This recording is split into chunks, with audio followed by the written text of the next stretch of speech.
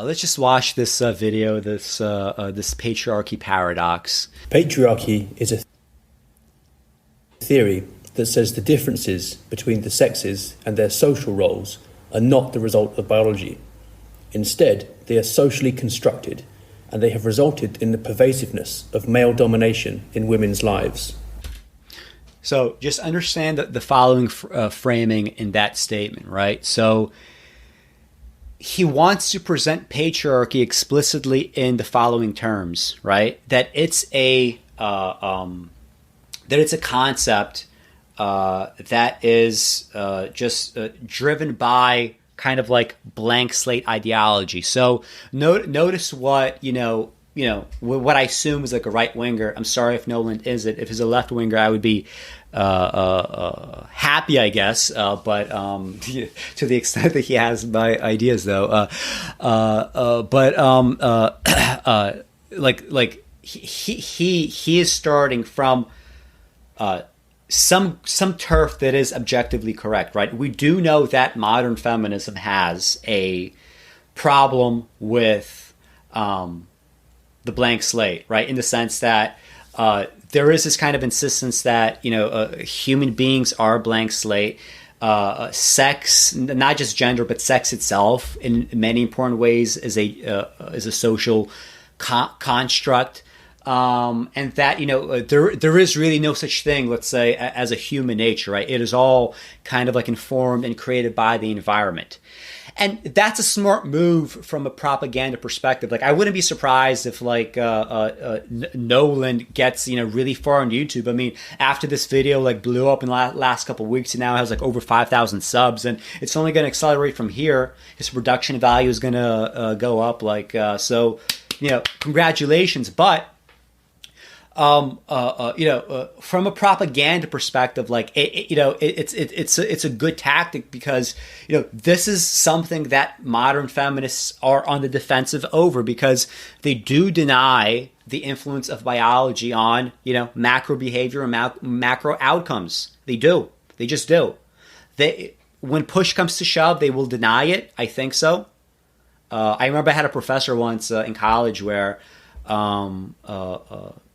she was sort of doing this kind of like modern patriarchy discourse, and I sent this long ass email. I just do that my whole life, just send people long ass emails, and I was like, listen, there's a lot more nuance here, and the point of Knowland here is he thinks that he wants to create this nuance, and he starts off from this kind of propagandist model. And the reason why I call it propaganda is I don't think the patriarchy is necessary. I don't think that the blank slate is even necessary to concede for a patriarchy to exist, right, conceptually. I mean, let's just listen to this again.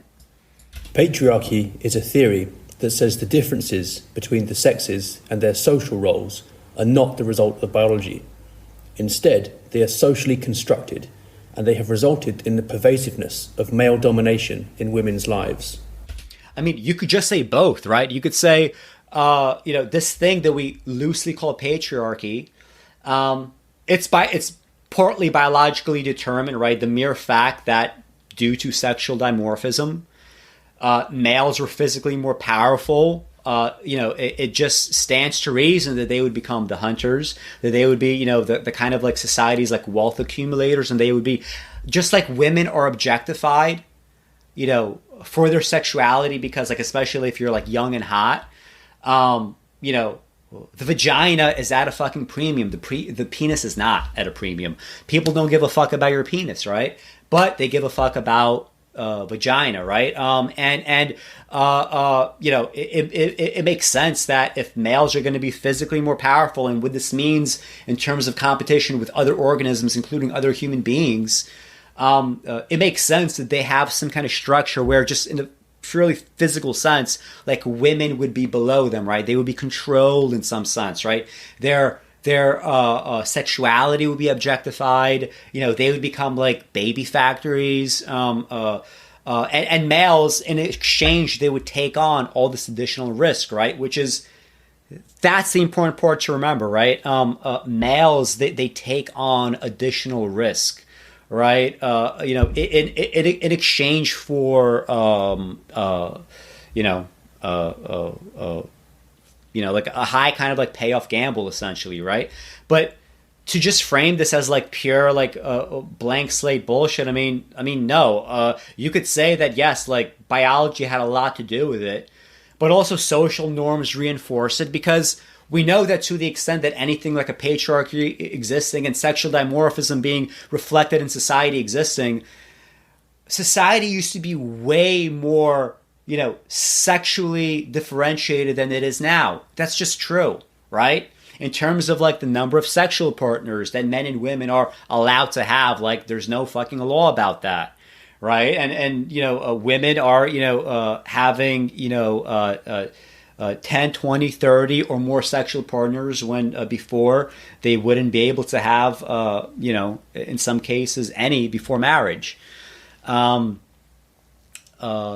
And men, likewise, they're getting, they're able to get laid a lot, but they also don't have to use their physical force, right? They don't have to take the same kind of risks. Some men, right? Again, the irony of conservatism here is men, black men especially, right? They have to take on special risks to their body, so they're able to get women, so they can procreate, right?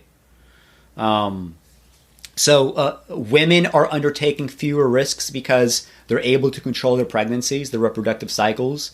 Every state technically has legal abortion, right? They usually are not going to get, raped in a dark alley somewhere or murdered or something. They're able to actually like enter into the workforce as like legitimate workers, not just sexual objects. Yes, there's sexual harassment. Yes, there's there's other problems. Yes, there's like even after accounting for hours, there's still going to be like in some places like a 5 to 10 cent maybe a wage gap that is not just properly explained by any like known other variables. But generally speaking, like, women have a lot of like negotiating power they never had before. Just like men have lost a lot of power. Like men can't just walk around and just use sheer physical brute force, right? To get ahead in life anymore. Sometimes you can, in some neighborhoods, you have to risk in that way to get more, right? If you're, a poor black kid in a poor black neighborhood, you will more likely have to use your physical prowess and cultivate a physical prowess to speak of than, for example, somebody with my upbringing, right? Or somebody especially with an upbringing in like, upper crust, Europe or whatever. That's just true, right? Men undertake way less risk today, and that's a good fucking thing.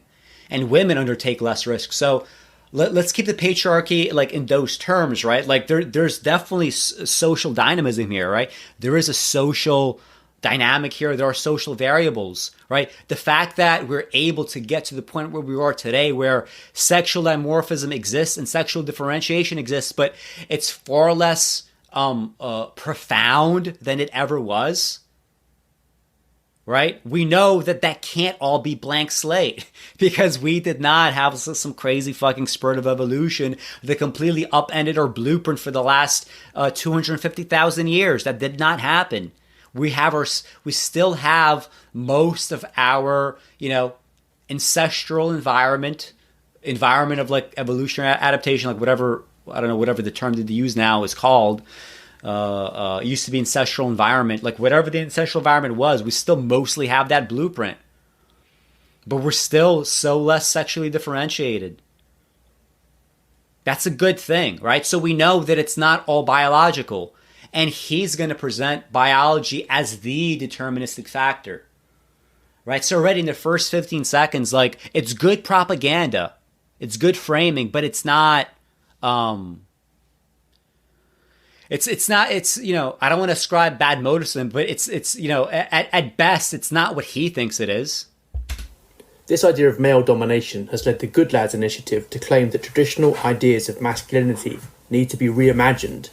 But it has also led, according to Doris Lessing, the novelist and feminist icon, to an unthinking and automatic rubbishing of men which is now so part of our culture that it is hardly even noticed.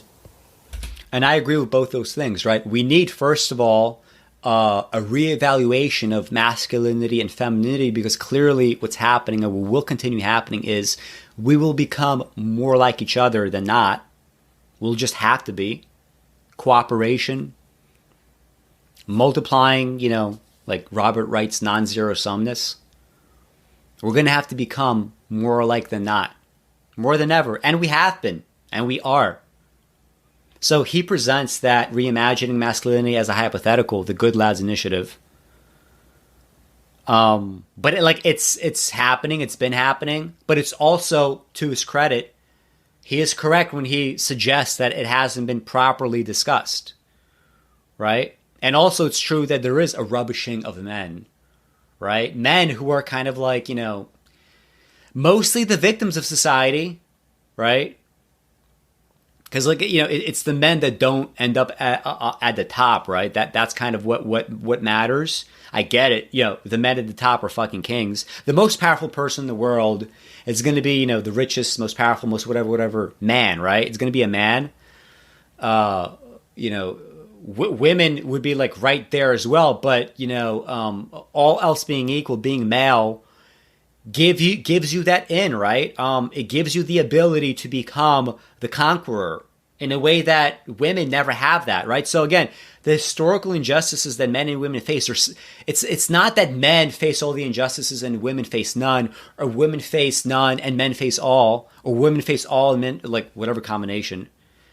It's just that the set of injustices are different. For women, it's like, the body when it comes to like being sexual beings. For men, it's like the security of their body. They're the first ones sent to war. They're the first ones sent off the fucking Titanic, right, into the cold water. They're the ones that get murdered the most. They are the ones that have to be the ones in the corner selling drugs. They are the ones that have to be the fishermen. They are the ones that have to be, the firemen. For women, it's they're the ones that have to be the concubines, and yeah, some women like it, but the way that this guy talks about women's desire, you would think that every fucking concubine loves her fucking life and doesn't just fucking dream of being a male, even being a male servant. Where like some fucking guy just doesn't like get to fuck her like every night, whenever he feels like it, no matter what she feels like. Like, women have problems too.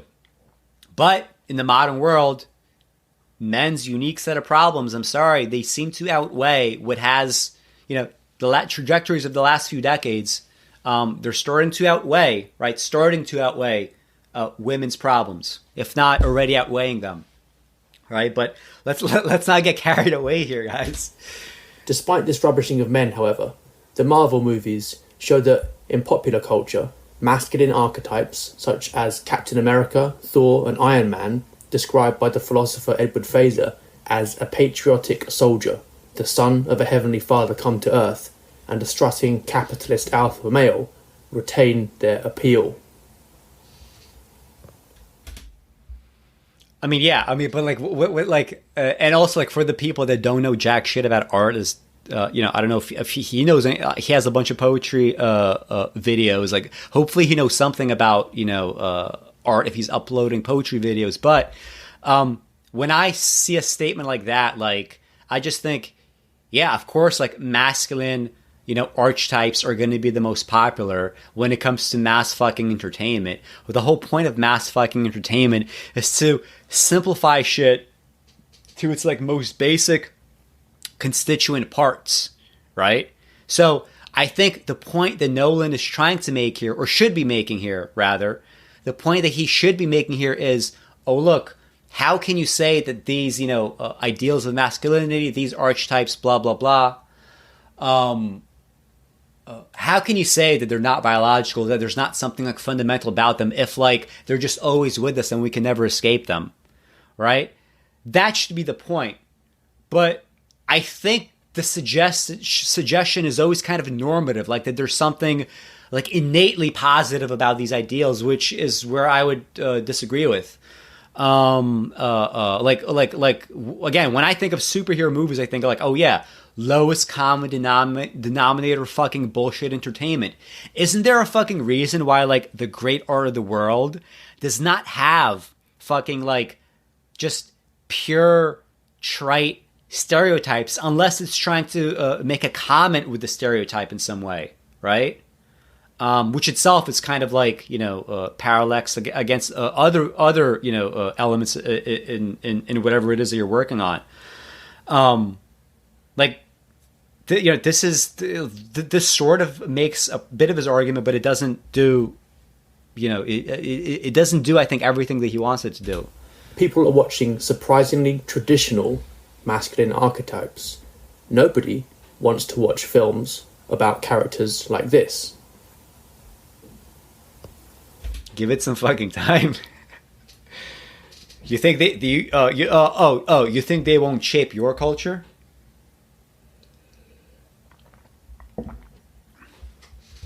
Nolan thinks that his culture is going to be free from the kind of all-encompassing, everything turned into this like tasteless fucking gruel and mush effect of political correctness and woke culture and really woke fucking capital. I'm sure this guy is a hardcore capitalist. I'm sorry if you're actually a socialist, but I'm just making an assumption based on a statistical understanding, and I'm sorry for that. But I'm sure he's a hardcore capitalist, but it's woke fucking capital, which is like, capital knows the money is with the educated folks. It's the fucking coastal elites. It's the fucking, woke ideation. It's the fucking patriarchy discourse. And woke capital is pushing that shit. And here's a hardcore capitalist like being against it. And they're coming for your culture. All you can fucking do is like carve out these niches like I'm trying to do and make, as much content as possible, write as many books as possible. Everything else is bullshit. And one of the best established findings of modern psychology is that greater gender equality in a society leads to greater gravitation towards traditional gender norms. In the literature on this topic, sex is the biological distinction between male and female, whereas gender is how the difference between male and female is shaped by culture. So, researchers have termed this result the patriarchy paradox. Shaping men and women culturally to be more similar actually exaggerates their differences. It is the opposite of what the social constructivist theory predicted. But it isn't paradoxical if patriarchy is, rather than being merely socially constructed, partly based in biology. Contrary to the claim that patriarchy is about male domination of women, it also at least partly results from women's choices because it benefits them. Yeah, so all of that is true, right? And specifically, like, I don't know if he gives any examples here about the patriarchy paradox, but it would be something like, okay, so we equalize incomes, right? Do more women, right, opt to become CEOs versus school teachers? And the answer is, if there's no like financial incentive disproportionate to whatever a woman's perception is for the kinds of consequences and sacrifices necessary to become a CEO. If there's no outsized disproportionate financial incentive, women are less likely to be CEOs, and they would much rather be school teachers because, again, it's also, yes, for psychological, biological reasons, women have a greater tendency to, do these sort of, caretaking roles like nurses or teachers, especially like when you look at something like, elementary school teachers or kindergarten teachers, right? They are now sexual differentiation there, becomes even more pronounced. This is true. And in countries where you have more equality in that regard, women gravitate towards more traditionally, feminine roles. But the thing that's missed here, and that Nolan should have emphasized, not that he doesn't necessarily believe this, again, who knows, but the fact that it's not emphasized is important. There's a baseline to how far we can return, right? I mean, even in countries like Norway, right? Or Sweden, where you have less inequality and even more sexual differentiation in terms of the choices that men and women make, right?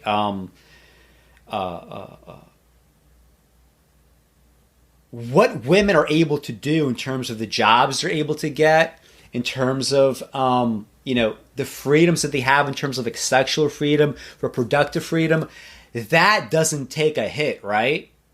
Like those like baseline foundational things that are supposed to be absolutely protected all the time, those things shouldn't take a hit, right? And they don't take a hit in places like Norway. I mean, they've taken hits in America and perhaps elsewhere, but like sexual differentiation does not call it doesn't imply everything about sexual dimorphism that perhaps Knowland thinks that it implies, and especially not to single out Knowland, let's say the MRA community in general, because I spent a long time arguing with these people. What they would consider to be like the reasonable baseline. Like, I mean, I've actually had to argue with people about whether or not like women should be restricted in terms of reproductive rights, right? I mean, like people take men's rights to such a degree where they think it has to be done also as an overcompensation by literally, like stealing rights from women, right? They want male rights off of the backs of women, right? And it's always like woke capital, like doing these fault lines and recruiting, also like people like, Stephen Hicks is going to be talked about. He's a useful idiot for capitalism, right? He's a Randian.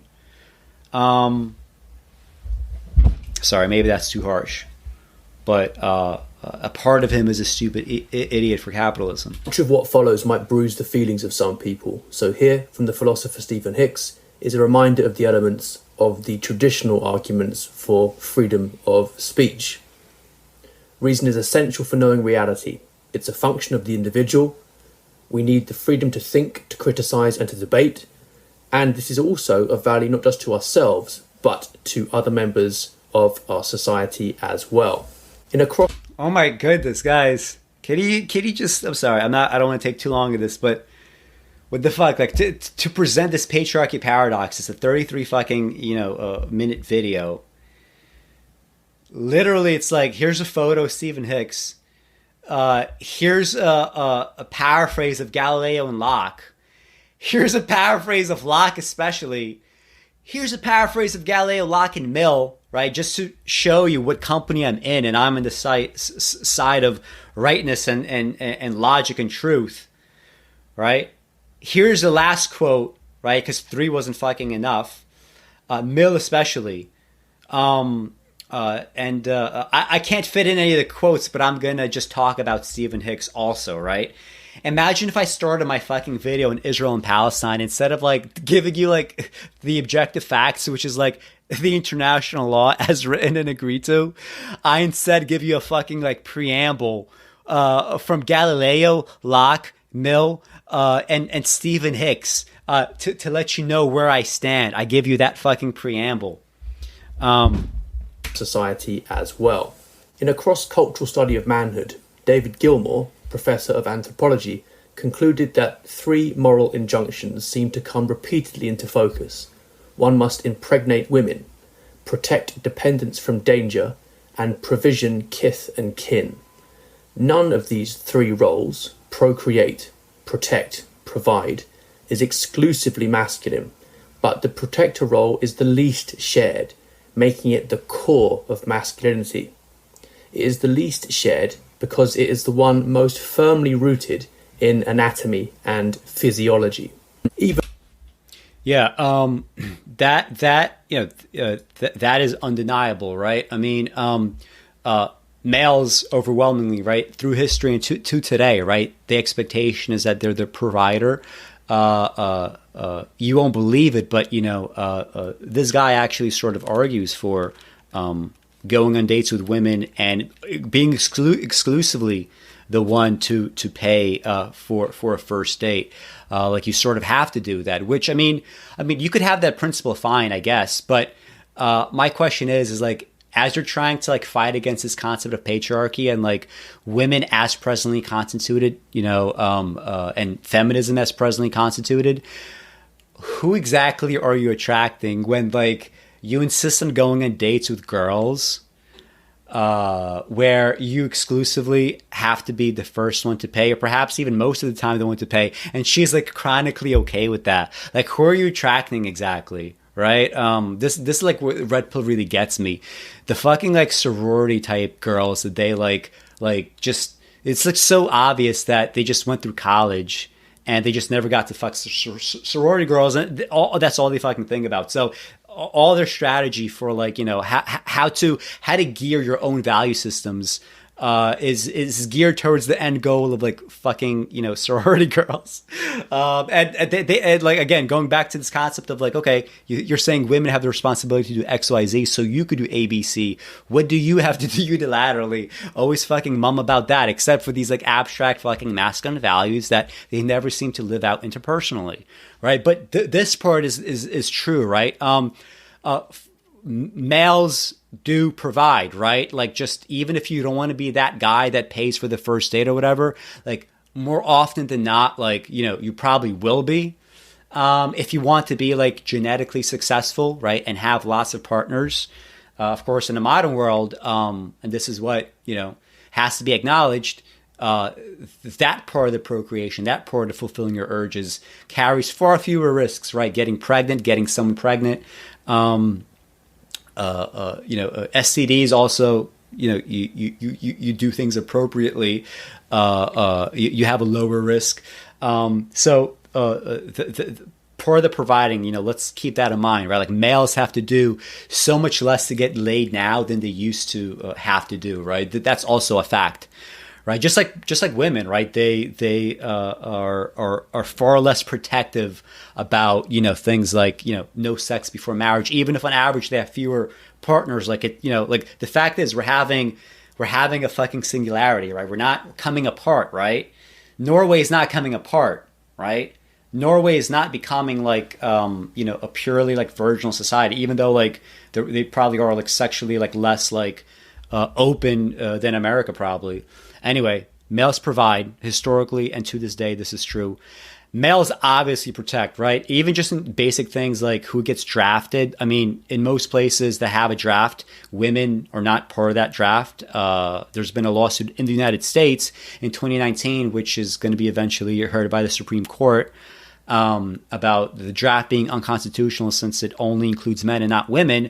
Think about that. I mean, if you're a feminist and you're saying that you want equality, what kind of equality can we get if we have laws like this on the books? And if in fact the inequality is on the side of women are unequal to men in the sense that they have fewer rights, why does it seem that men are the ones that are asked to like serve in Vietnam? Like, wasn't that some bullshit, right? And procreate, he doesn't spend too much time about that, but I mean like the protection is not shared by as much by females, because like this is the thing that is most, I guess, consequential in terms of sexual dimorphism.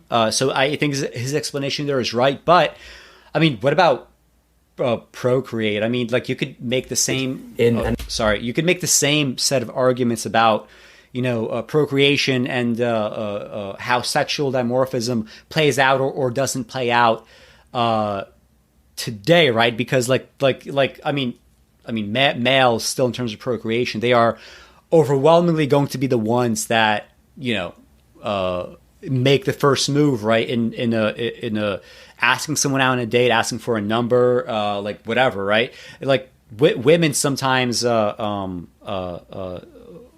do that too. But like, when you look at studies at something like Tinder matches or whatever, right? Like, obviously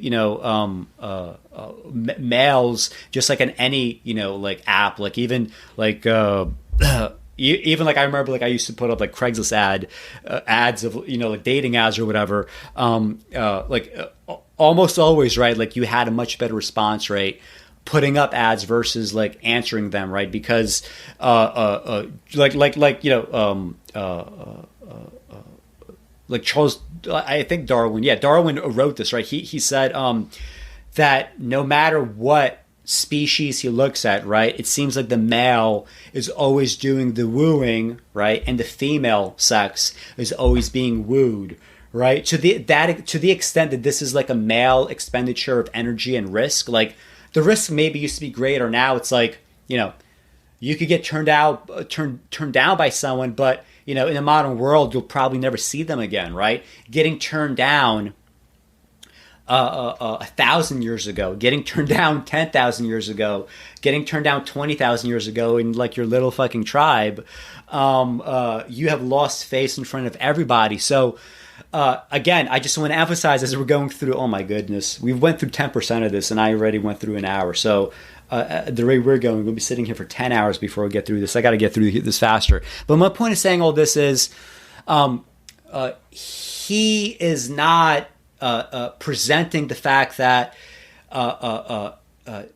all these things that are like male risks, right, that he still emphasizes as risks, and although they still exist, those risks have been wildly adjusted for male and female, right?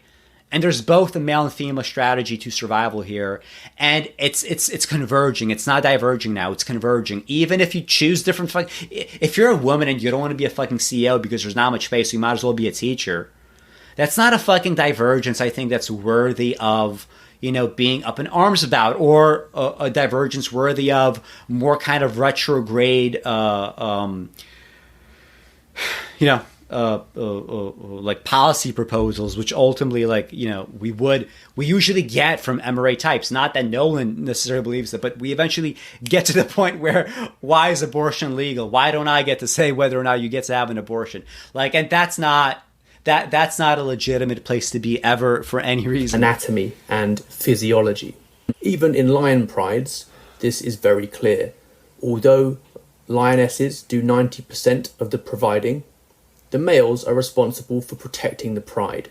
They only help kill the largest, most dangerous prey that would otherwise cost the lives of too many lionesses. Accordingly, in all cultures, war has usually been men's work. It is Gilmore's universal protector role. In mythology, this is embodied by Thor, who, because of his physical strength, alone stood between Asgard and destruction. By contrast, women have very rarely fought, and no country has ever obliged women to fight. Well, I mean, that's obviously bullshit. You could find examples where women have been obliged to fight by their countries or by, groups of people. Earlier when I had my stream about Israel and Palestine, I said explicitly that like a quarter or like 20% of the Palestinian army, it was female led. Not all of them were combat troops, but many were literally like combat. We have, tons of like female snipers. That's a very common role. Like, yes, it's less direct. It's more impersonal, but we also have plenty of examples of this being impersonal. Now, I don't know if this is a long-term sustainable model, but the more relevant point is the unsustainable model is the fucking war model, right? The fact that we have any kind of draft, the fact that we have any kind of fucking war, the fact that, the United States can unilaterally do what it does, the fact that Israel can unilaterally do what it does. None of that is acceptable, okay? Like a reappraisal of masculinity, that has to be part of it. Like Steven Pinker was right. When Steven Pinker said here that he didn't know that he was supporting a video that wasn't just like shoddy research, but also was just like a set of value systems. Like, we keep getting these fucking like normative ass like sounding value systems, and you'll especially see this later on. I could accept many of these facts and have a completely separate set of values that needs to be responded to. Like fuck just talking about what you think are facts. Like, everybody knows these are facts. Like, if you've done any kind of research in evolutionary psychology, if you do any kind of reading of biology and or even like basic fucking history and think about what that entailed and think about who the victims were, like certain like forbidden fruit knowledge about like, the culture wars and patriarchy and matriarchy and whatever the fuck. That's not interesting, right? Those questions are not that interesting to me. Like, let's get to the fucking point. Let's actually use these facts for something worthwhile. And I just fucking told you what the facts are. Yes, we have plenty of examples of women in combat and sometimes serving extremely important direct combat face-to-face roles. But that should not be happening, period, right? Is the next step of this evolution, right? And the fact that there is such a thing as toxic masculinity, it is the fact that this is allowed to continue, that this is still part of like polite fucking conversation. The fact that I have to defend concepts like fucking international law with my friend who doesn't fucking accept it for anybody other than Israel. Okay? Talk about masculine fucking values. What about what you owe? What about your fucking legal obligations? What about what the entire fucking world expects of you and says, you're the fucking leader. You have the veto power. You have to act appropriately and you don't fucking do it. You want to talk about masculine virtues? I've never seen any of these fucks talk about masculine virtue ever live the shit out in their politics or in their fucking personal lives. Never have I ever seen that fucking shit. And next time you play Never Have I Ever, that's some fucking MRA trivia, because no one can fucking guess that MRAs don't live up to their ideals. The advanced weaponry of the modern age hasn't made much difference. When the Russian army went to war in Chechnya in 1994 to 95, its female officers, roughly 14% of the officer corps, simply refused to go. That's good, but that's the thing. That's also like, it's a funny story, but he's correct for highlighting this both in terms of facts as well as propaganda, because men would never be allowed to do that. If a bunch of men are like, I'm not fucking doing this, they're gonna get in trouble. If a bunch of girls say, I'm not doing this shit, it's not that you wouldn't necessarily get in trouble. You might.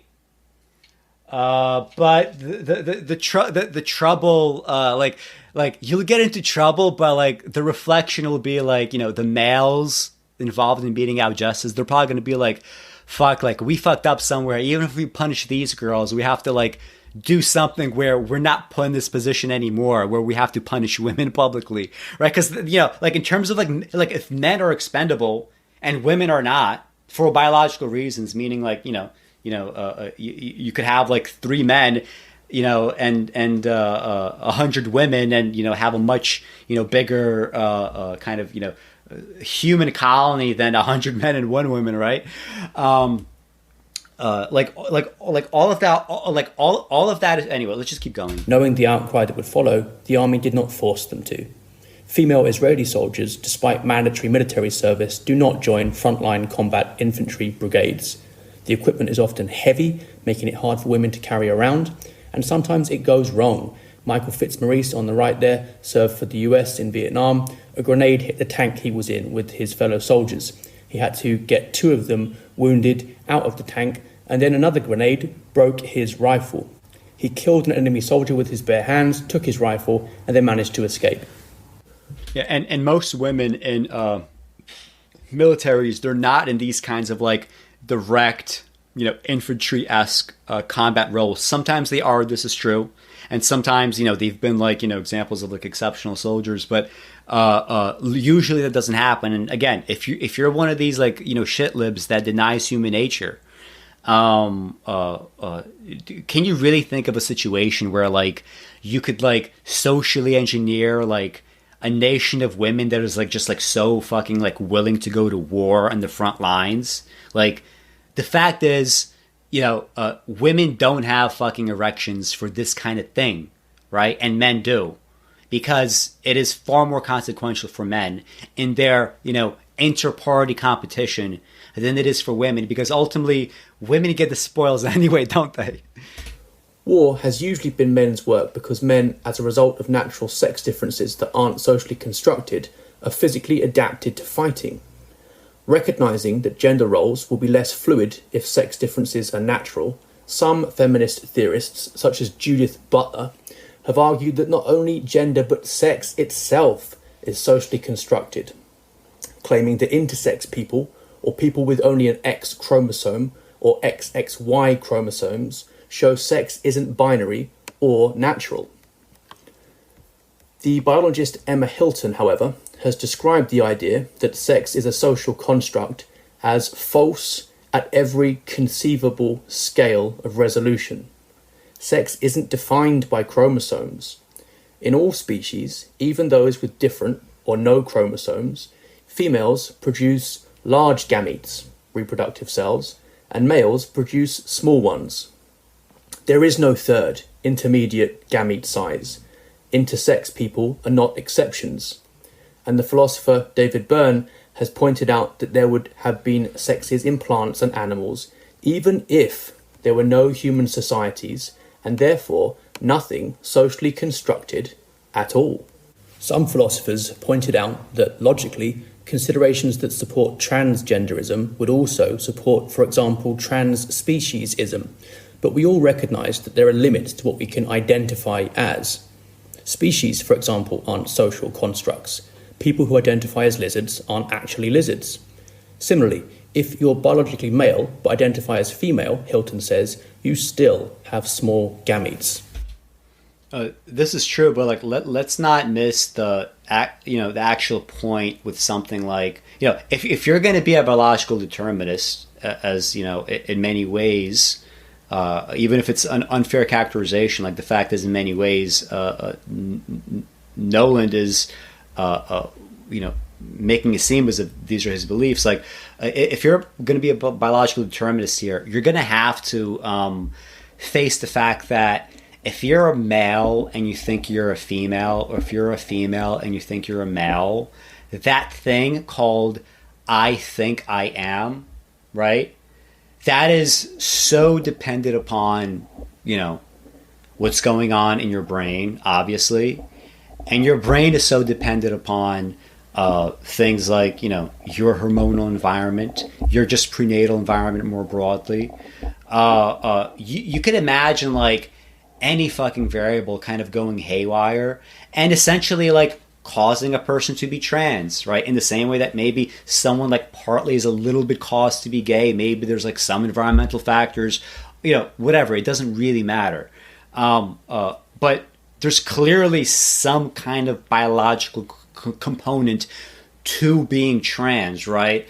With enough people, you just imagine, just the complexity of human beings and the kinds of things that people think, do, believe, act like, whatever. You can imagine a situation where someone has like feminine characteristics, like in the brain, right, or masculine characteristics, or maybe that's not even like the right way to talk about it, but like the point is like you can imagine so many avenues where someone is like becomes like legitimately trans, right? If this is the kind of language that we want to use, to just like file that away into something that has no, there's no like we could map out like being trans, like we can map that on, tons of like biological features of just being a human being, right? Why someone would be trans.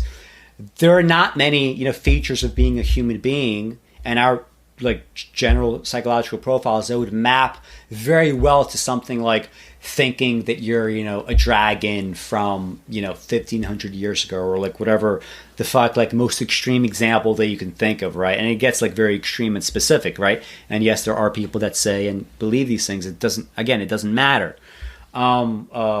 If you're gonna make these like biological arguments, like remember the examples that you're using, and make sure that like you're able to map things out in precisely the way that you think that makes the most sense, because this is like totally disconnected bullshit. So, what natural sex differences are relevant to the protector role? The shoulders of boys and girls are equally broad until adolescence. Then, at puberty, the shoulder cartilage cells respond to testosterone, the male sex hormone newly produced by the testes, by growing. Pubertal girls, by contrast, get wider hips when their hip cartilage cells respond to estrogen, the female sex hormone. The sudden acceleration of shoulder width in boys is associated with relative enlargement of the upper arm muscles. The result is that men have far greater upper body muscle mass and strength than women. Men also have 4% faster nerve transmission speed. A major Marine Corps study found that women are at a significant disadvantage in combat compared to men. Even untrained males outperformed trained females. The Amazonian warrior women are merely a myth for a reason. And the adaptations are not merely physical. Men are more violent by temperament. Richard Wrangham, professor of anthropology at Harvard, observes that the 5 million year long trail to our modern selves was lined along its full stretch by a male aggression that structured our ancestors' social lives and technology and minds. Some scientists have argued that early humans first stood up to fight, and that fighting shaped the evolution of the hand. Yeah, I mean, this is why, like, why is it mostly men that get murdered? Well, I mean, there's your fucking answer, right? I mean, there's a reason why men get murdered. And, yeah, I mean, if you're a leftist especially, like, you have to square with that reality, and you have to make sure that your politics is informed by that reality. Now we're going to get to the transgender fighters. And I mean, I agree. This kind of transgender fighter shit is just, I mean, it's bullshit. This shouldn't be happening. Like, eventually what's going to happen is, if this becomes a norm and you have like fucking MMA or even boxing with like, you know, male to female trans athletes who like, you know, fight other women that are like, you know, just like cis women from the get-go. Eventually what's going to happen is one of them is literally going to fucking die.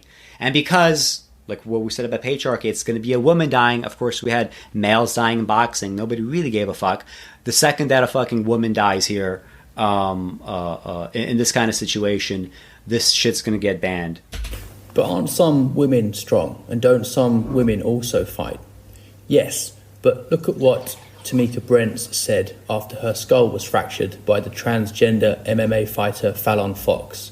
I am an abnormally strong woman in my own right, but I've never felt the strength I felt in a fight like that night. I don't think it's fair.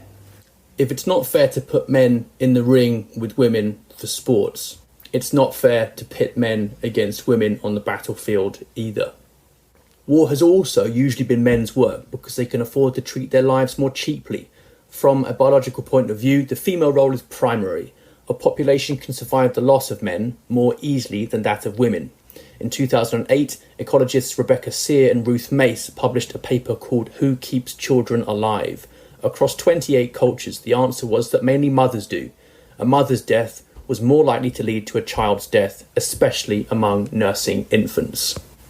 I mean, like, historically, that's just not true, right? I mean, men are not able to, like neglect themselves in that way or treat themselves in that way more than women. I mean, I guess afford in a very kind of, like, strict sense, but generally speaking, like, ultimately what happens is there is some equilibrium there. The risks that men take on are offset by ultimately what happens to them, in the same way that the security that women have taken on historically compared to men, not being subject to, you know, the same kind of like mass murders and so on and so forth, or rather as frequently.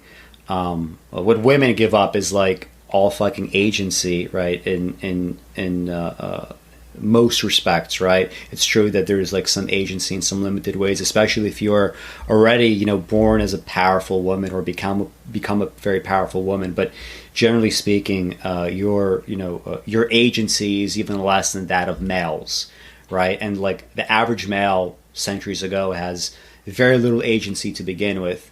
Women have even less than that situation. For the same reasons, physical strength, greater aggression, relative expendability, the protector role goes beyond warfare to include protection against the destructive forces of nature.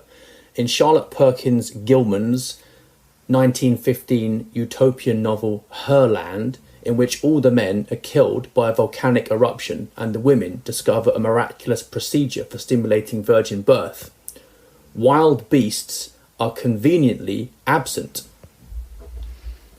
But a world without men would be awful for women. Mining, oil extraction, heavy and chemical industry, long-distance transportation, most forms of construction, many kinds of agriculture, such as forestry and the herding of large domestic animals, would all but cease. So would deep-sea fishing. Under such conditions, over 90% of the world's present-day population would die of starvation. The women that survive such a calamity would likely revert to a primitive life based on horticulture, dwelling in huts and suffering from a permanent shortage of animal protein. Judging by historical and prehistorical precedent, their life expectancy would be reduced to less than 40 years. Like, I mean, first of all, like, obviously men need to be respected and acknowledged for, you know, the ones that do this kind of work. Let me be clear, right? You know, men that do this kind of fucking grunt work.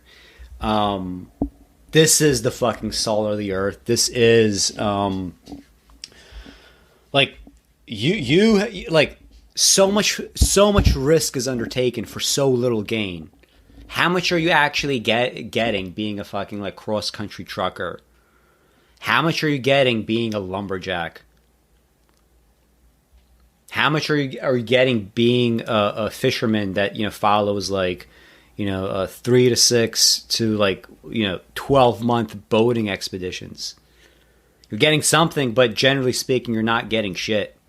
You're not getting as much as, like, you know, the guy that's just fucking just, you know, generically educated and, like, pushes papers and shit. So that needs to be acknowledged. But like this fucking dramatic thing where, like, you know, the women revert to, like, a primitive form of life and their life expectancy drops to 40. What's probably going to happen, like, if men, like, die out is, first of all, for there to ever even be a plan in place to kill all men, my assumption is there's going to be, like, a bunch of, like, fucking, like, you know, contingent plans, right? Like, plans contingent upon that, such as, like, how we're going to deal with, like, getting food. Like, you know, it just kind of seemed obvious to me. Or maybe, like, you don't kill all men and instead you just, like, fucking herd them into these, like, pens where the only thing they're allowed to do is to chop trees and just, you know, just essentially, like, enslave them, right? Just a little too dramatic for my taste, given the fact that if men were to in fact just all disappear magically, women would probably find a way to just, like, robotize much of this and have actually probably, like, within the next few centuries maybe even a better kind of, you know, life cycle than we might, because suddenly, like, all the fucking greenhouse gases are done. We're able to do this, like, grand fucking reset, and we're able to actually, you know, go on living in a respectable manner, becoming of true masculine virtues. Throughout history, women have always been spared the worst work. Only male slaves were conscripted to die in their thousands for the pyramids, the canals in the ancient Middle East, the Great Wall of China, and the roads, industrial-scale corn mills, and Colosseum in Rome. Even in mythology, there is no female equivalent of Sisyphus. Well, I mean, there's a very obvious reason why there is no female equivalent of Sisyphus, because the fucking rock that Sisyphus has to, like, keep rolling up that hill, that's a uniquely male activity. He is correct in saying that women don't have to do that kind of work. And to the extent that is, in fact, the worst work that one can do, women have it better in that regard, yes, historically. And especially, I'd say today even more so. But historically, you know, like, yes, this is a very damaging to men, and it's bad work to do. But if women don't do this kind of work, as he claims, there is no Sisyphus rock. There's going to be something else, though. I mean, how many women have to become, like, lifelong prostitutes? I mean, that's a common, you know, we think of prostitution in somewhat different terms, a little more puritanical, but historically, I mean, you know, everything from, like, comfort women, you know, in war, you know, when war was, like, a perpetual, endless activity, you know, every single year, you know, most nations being at war with somebody else. Imagine the masses of women that just had to be fucking prostitutes. And it's like, okay, fine. you don't have to be Sisyphus, like rolling up this fucking rock, every minute of your life, but every minute of your waking life, maybe you have to like fuck some random sweaty disgusting loser fucking guy, right? And if you're going to be biologically deterministic about it, you can't think of fucking a random person in the same way that you as a male think about fucking a random person. A woman's conception of this is obviously going to be more conservative because, again, if you're biologically deterministic here, she's going to be, the gatekeeper of sexuality, and she has the one that stands the most to lose, right? She only has a certain number of eggs. You as the male have, potentially, millions of times that you could, procreate with someone and create new offspring. And you could, after you create your offspring, you could just fucking, get out of there. While a woman has to risk her life through pregnancy, which used to be obviously a lot more deadly at some point, and also care for this child, right? Kind of sometimes by herself. So this is why there's no fucking female Sisyphus, because the female tasks, they're Sisyphean. Is that the term? I forget what the phrase is. But the female tasks that are Sisyphean are, they don't look like male tasks because they're not men, okay? They're not going to fucking haul rocks, just like you're not going to be a fucking comfort boy. For the most part, usually. Maybe if you're exceptionally young and sexy or whatever, maybe like there's like a history of that. But generally speaking, you're not going to be a fucking, especially if you're like the average fucking like male loser 500 years ago. You're going to be someone's fucking comfort boy. So you're a fucking Sisyphean task. Looks different. Sorry. Like that's what's, that's what being a male is, just like what being a female is something else, right? And think of all the other, even outside of the context of like, prostitution, which was just, even more ingrained in the past.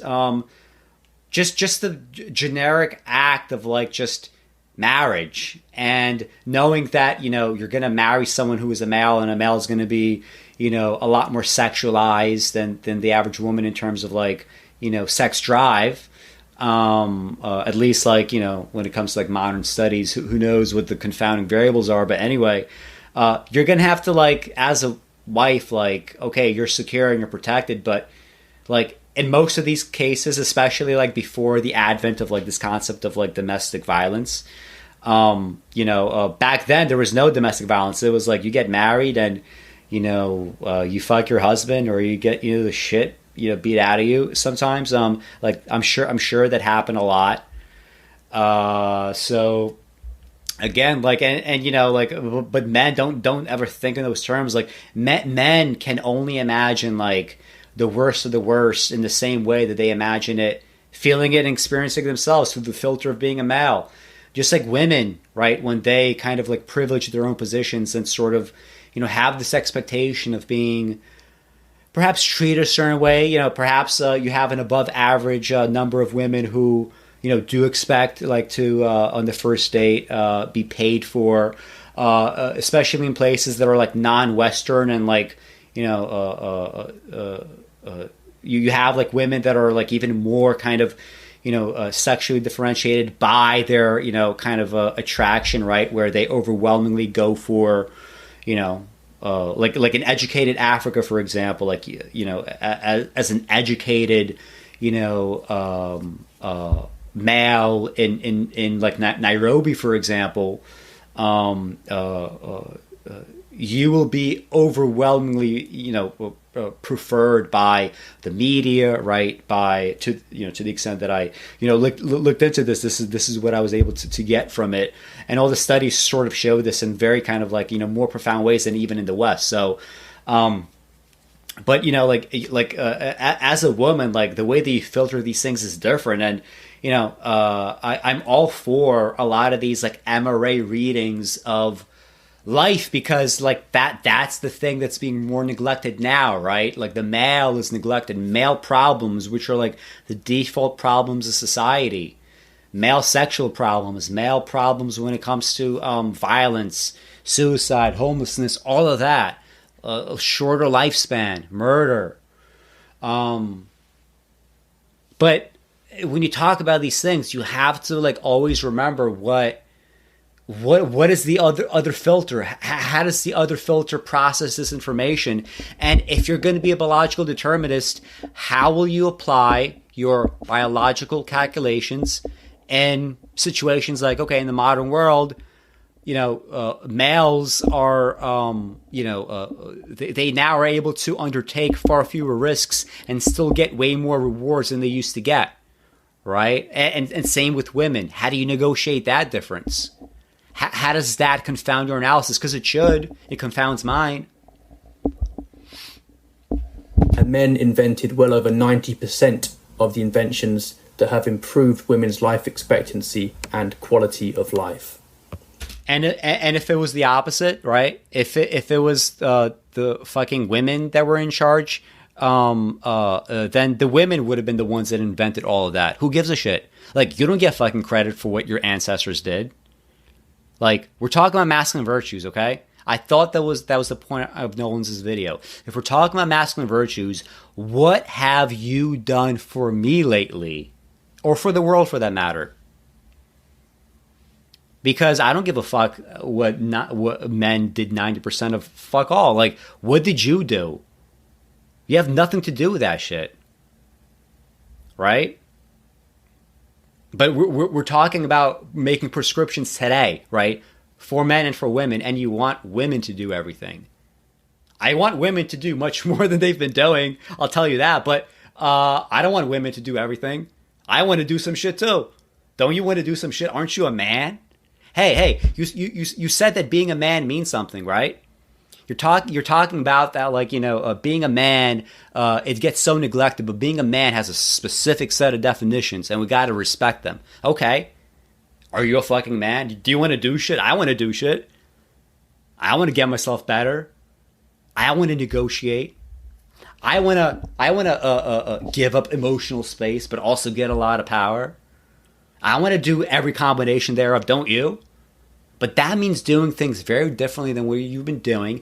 And that means not telling women to essentially do everything for you. You're not escaping the fucking problem, okay? Don't you want to do something with your life? Some common objections to this protector idea are the witch hunts, the coverture laws, the vote, and rape. Marianne Hester, for example, claims the witch hunts were about men trying to suppress female sexuality, patriarchal power at its most tyrannical. But most accusers were women. Mary enacted the Scottish witchcraft laws, and persecution reached its apex under Elizabeth, who reinstated all the penalties against witchcraft that Edward VI, 16 years earlier, had repealed, acting on the advice of his all-male entourage. Furthermore, the fewer women involved in the trials, the fairer the treatment witches were likely to receive.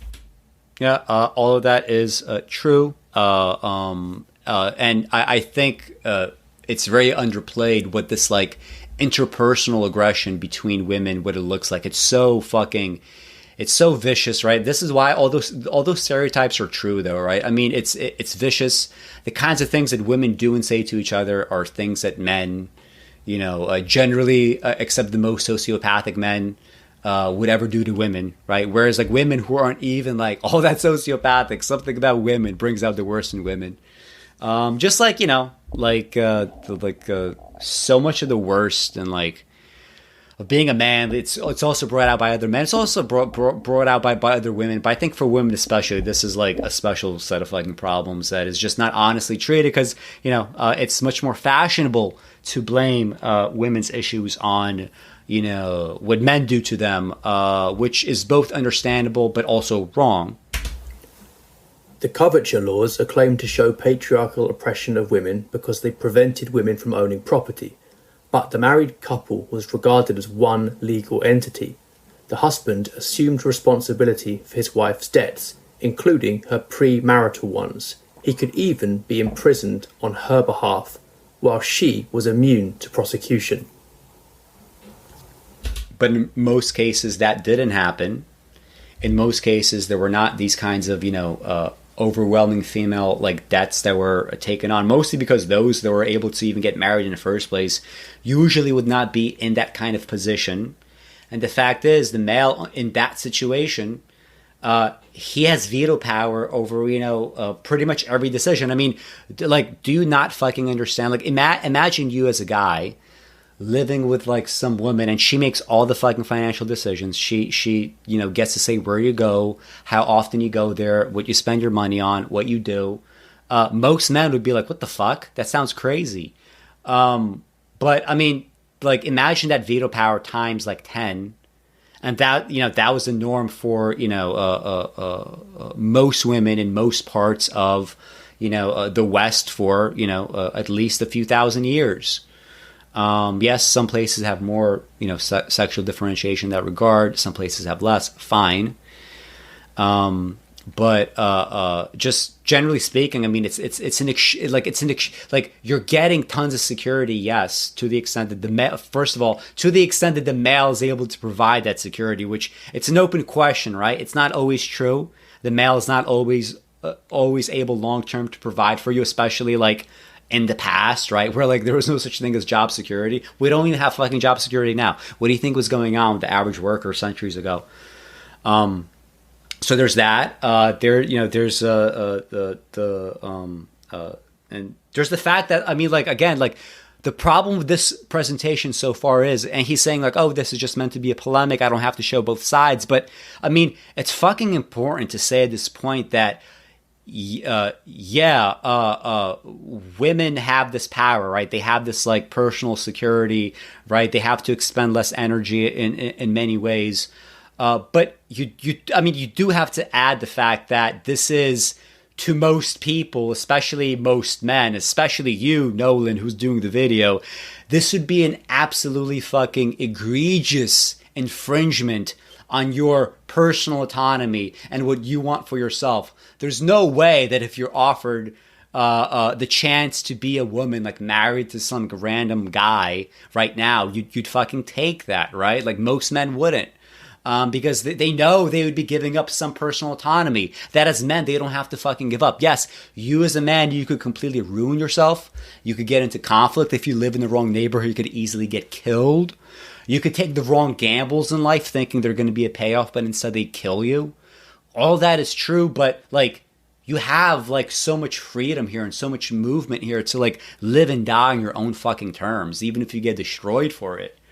Right? Imagine having, I don't want to say no choice, because women definitely, have a lot more agency, even historically, than they've ever been given credit for, especially by feminists, which is ironic, right? Like if feminists are saying, men need to start respecting women. Well, if you're saying that women have never been creatures worthy of respect, why should men respect women? Personally, when I think back in history and the fact that women, despite being physically less capable, are able, and being essentially baby factories for so long, are able in the modern world to like usurp males for things like, education levels, eventually probably for things like, even, income's probably long enough time span. I think probably that's going to happen unless we have radical changes in the world, really. All these accelerations are going to continue, and males are going to continue taking the fucking brunt of it, right? But like being male is like fucking like it's fucking dope, right? It's fucking dope being a guy. I fucking love being a guy. I really do believe that women have it easier, but would I ever personally switch, positions with a woman? Hell fucking no. Because I want to take my fucking gambles. I want to live my life. And although, like, yes, women now could take many more gambles than they used to, but, let's ask that question historically. Like, would I want to be like a male or a female historically? Like, I would want to take, these kinds of gambles, right? So let's just remember that, right? Like women are, they don't get to fucking say that, right? Historically, they don't get to say like, yeah, being a woman is fucking dope. Like they just fucking don't, because it's not, right? Maybe some parts of it are, but like just keep in mind how there's so many advantages to being a man or a woman, right? There's so many advantages and disadvantages for both. Let's understand that, because I hate how feminists treat this fucking subject. It's so unsophisticated, it's so childish, and it's so childlike, and it's so pointless, and it's so counterproductive, and it's taking us from the ultimate endpoint, right? Where we need to be, in this kind of like broad, macro kind of like leftist perspective of like where we need to be, right, long term. But I also hate when fucking MRAs do it, right? I hate when these like, there's a feminist conspiracy types, right? There's the patriarchy is just like a feminist conspiracy. I hate their discussion of this shit too, because it's like, for all this like shit about like, are you literally just gonna fucking bitch about being a man? Fuck, like, do you not like, you said like you want to champion masculine fucking values. Do you even like being a man? Like, do you fucking wish you were like a lesbian or something?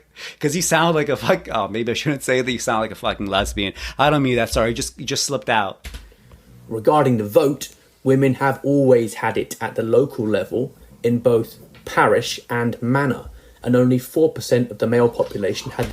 By the way, anybody watching this who's watching and didn't like this video, nothing else I'm going to say is as likable as me calling this guy potentially a lesbian. So if you're not going to like it ever, you might as well just stop watching, because it's all downhill from here. So if you're new here, thanks for watching. Hit like, hit subscribe, and thanks for sticking through this. We've been doing this for many hours at this point. The vote in ancient Athens, which remained an historical high until mid-19th century England.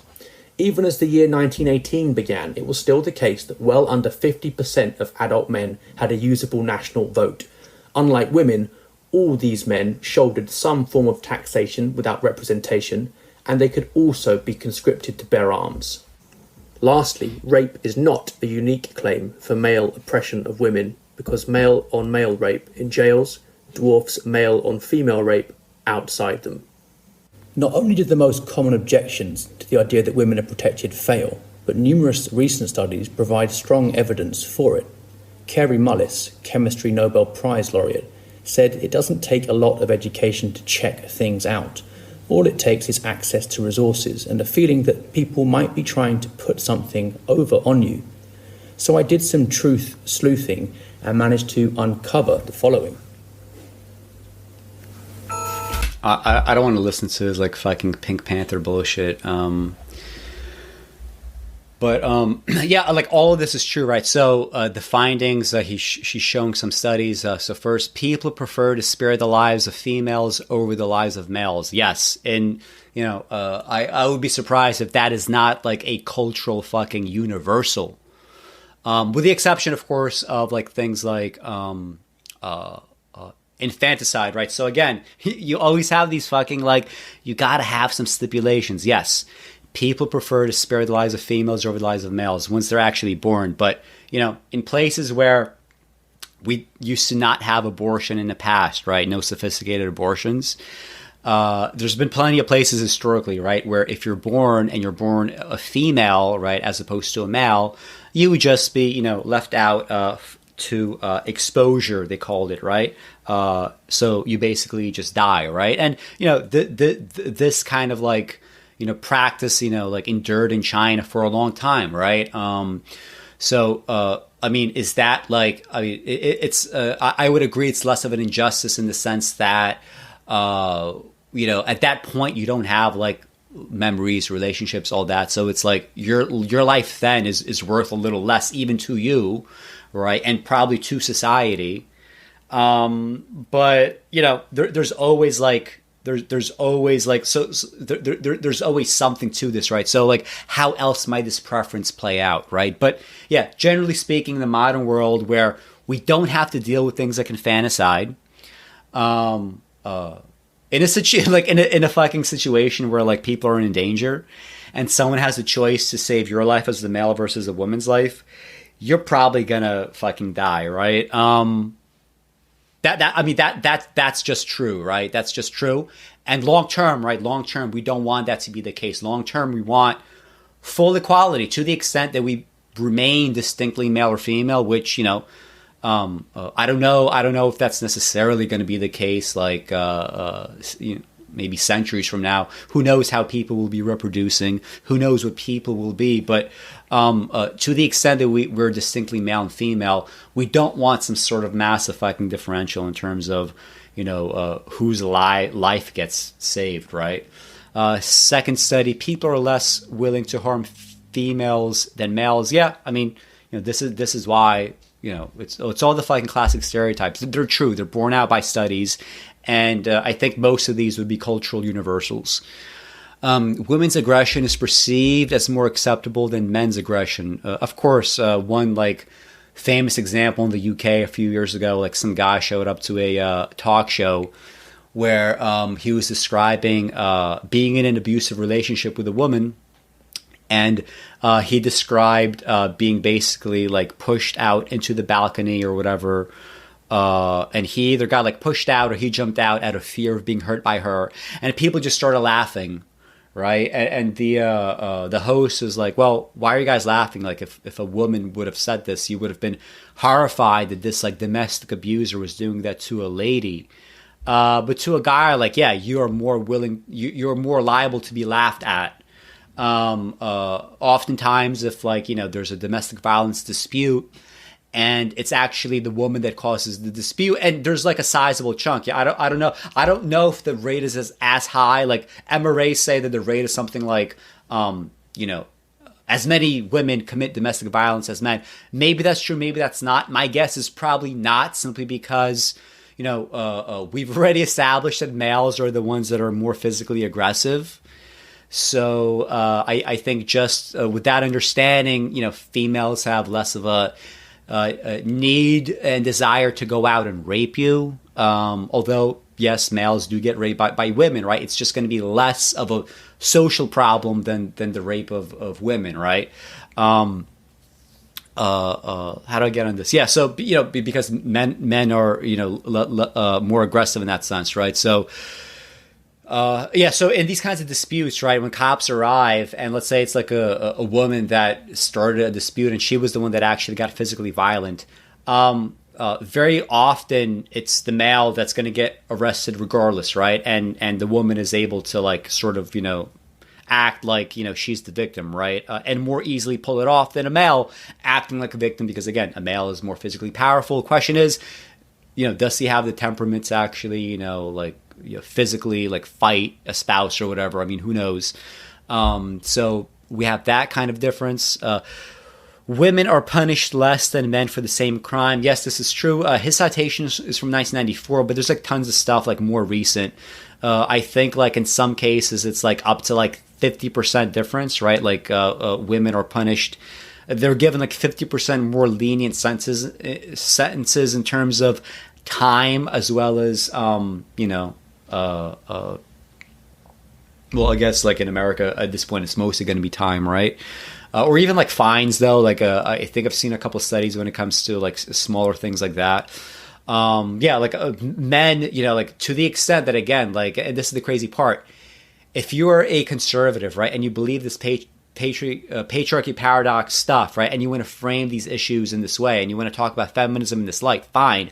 But what you just said about men being punished more for the same crime that women commit, that is overwhelmingly a problem that is faced by black men, right? So do you admit that there is structural racism in America and we need top-down remediation? Of course, the MRA answer usually is going to be no. Again, they are mostly Trump voters. So a real kind of intellectual disconnect there, which is why I can never be on board with this kind of shit. Next bullet point, both male and female faculty preferred hiring a female over a male applicant for tenure track assistant professorship in STEM. 2015. Oh, well, more recently, that might be the case. I mean, when it comes to woke capital, like, again, it looks good if any institution, whether it's a university, a company, whatever, like, if they look woke and they have like, oh my God, we are a mostly like female-led company, like, that gives you some real fucking brownie points. Like, your stock's gonna go up, you're gonna be in the fucking news. Maybe you're going to get more venture capital. Like, it looks good for you. Like, people really are moved by woke capital fucking bullshit, right? Because, I mean, people are dumb, right? So I wouldn't be surprised if this is happening more recently. Historically, this is probably not the case at all, right? Historically, it's probably the opposite. Next bullet point. People support more social action to correct female underrepresentation in careers than male underrepresentation. This is true, although the other part of it is males typically don't want to be in female overrepresented roles, right? I mean, you know, when this guy says like women have to do X, Y, Z, so I could do A, B, C. Well, do men want to like take a fucking pay cut to be like a kindergarten teacher? The answer usually is no, right? They want to do something more fun, more exciting, more testosterone driven. Yeah, I mean, like that, yeah, that's true. That has to be part of the conversation, right? So, but yeah, I mean, male underrepresentation in most cases. Now that I think about it, it doesn't really seem to matter all that much. I mean, to the extent that we want to incentivize, like, I think it actually would be a good thing if you have like more male kindergarten teachers, right? Like, if like, you know, in many cases, like there's a stereotype, and it's still true, right, that women do more of the child rearing, men do more of the like physical, like, you know, salary working. And even if you adjust for all that, like still, like, you know, men want to kind of like fob off their personal responsibility onto women because it's like, you know, it's like a woman's job, right, to take care of the kid or whatever. You know, I think because of that, like, you know, lots of kids grow up without necessarily seeing a very strong father figure, right? That father figure often is absent in the family, right? Tons of women are also just choosing not to get married. So, you know, kids are growing up in single parent households. And if, like, you know, the first, like, I don't know, 5, 6, 7, 8 years of your life, you're mostly just around like female authority figures and you don't really know how to respond to males and you don't really see them, like that strikes me as probably a bad thing over, you know, a long enough time frame. So I would probably adjust for that. But generally speaking, female underrepresentation, and also like I don't want to say something like, well, we need to like, you know, fix female underrepresentation and shit like, you know, construction work or being fishermen or, you know, being, you know, oil rig workers. I don't think that's a good idea, mostly because I want those jobs to like long-term disappear and be just like automated away. Human beings should not be doing these kinds of jobs to the extent that like men bitch about this kind of thing. I just kind of find it interesting. Like, I don't know what Nolan's perspective on this part would be, but my solution to a lot of this shit would be instead of like us men bitching about like, oh my God, we have to be the ones that do all this work. Why don't girls do all the work? We could just be like, fuck it, like maybe nobody should do the work. Like, again, like fucking like masculine fucking virtues, right? Can you believe that? Masculine virtues that you could like be a fucking like hyper masculine leader here and say, you know what, fuck it. No, girls, you shouldn't be fucking doing this work. Nobody should be doing this work, right? Let's be lefties about it. Let's automate it away, and let's give all those people that lost their jobs some kind of equivalent compensation, right? Where they're not going to have like a backsliding after they fucking broke their bodies on these jobs their whole lives, now to be fucking like impoverished in their 60s, right? Looking for work. So let's be lefty. Let's not be fucking Trump voters about this, guys. But here's the problem. Like I wonder if you voted for Corbyn. Okay, last bullet points. People adjust essay performance evaluations upward when they learn the writer is female. I'm not sure if I heard that before. I mean, it might be right, maybe.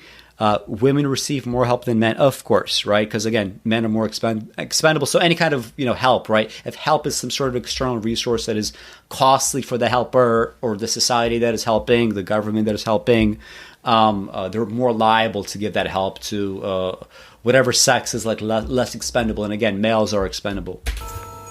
People prefer to spare the lives of females over the lives and privilege. Is that chivalry itself is oppressive, that Chief Justice M.C. Chagla somehow oppressed women by ruling it lawful under the Constitution of India to discriminate in favour of women against men, but not in favour of men against women. It is worth remembering here that the overwhelming majority of women don't describe themselves as feminists, as few as 8% in Germany.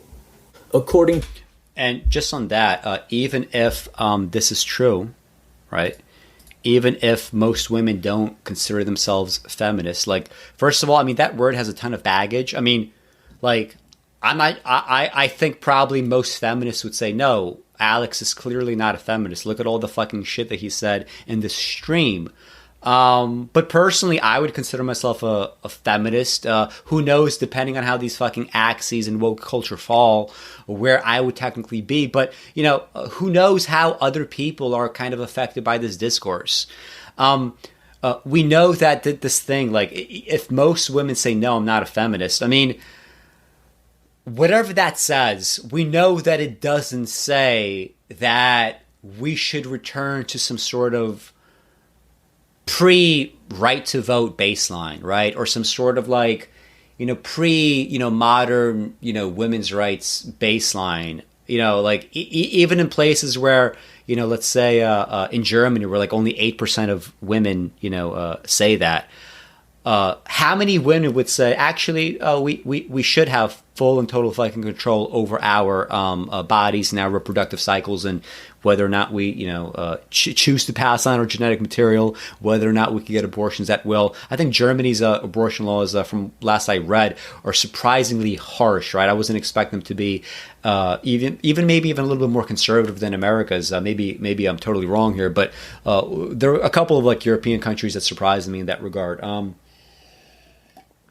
They're not going to say, oh, let's return to a world where I don't want to work. I mean, I'm sure tons of women might be like, yeah, if I could, if I could have somebody take care of me, maybe I won't work. But most women probably won't say that, right? They won't think that. They won't like they want to fucking work, right?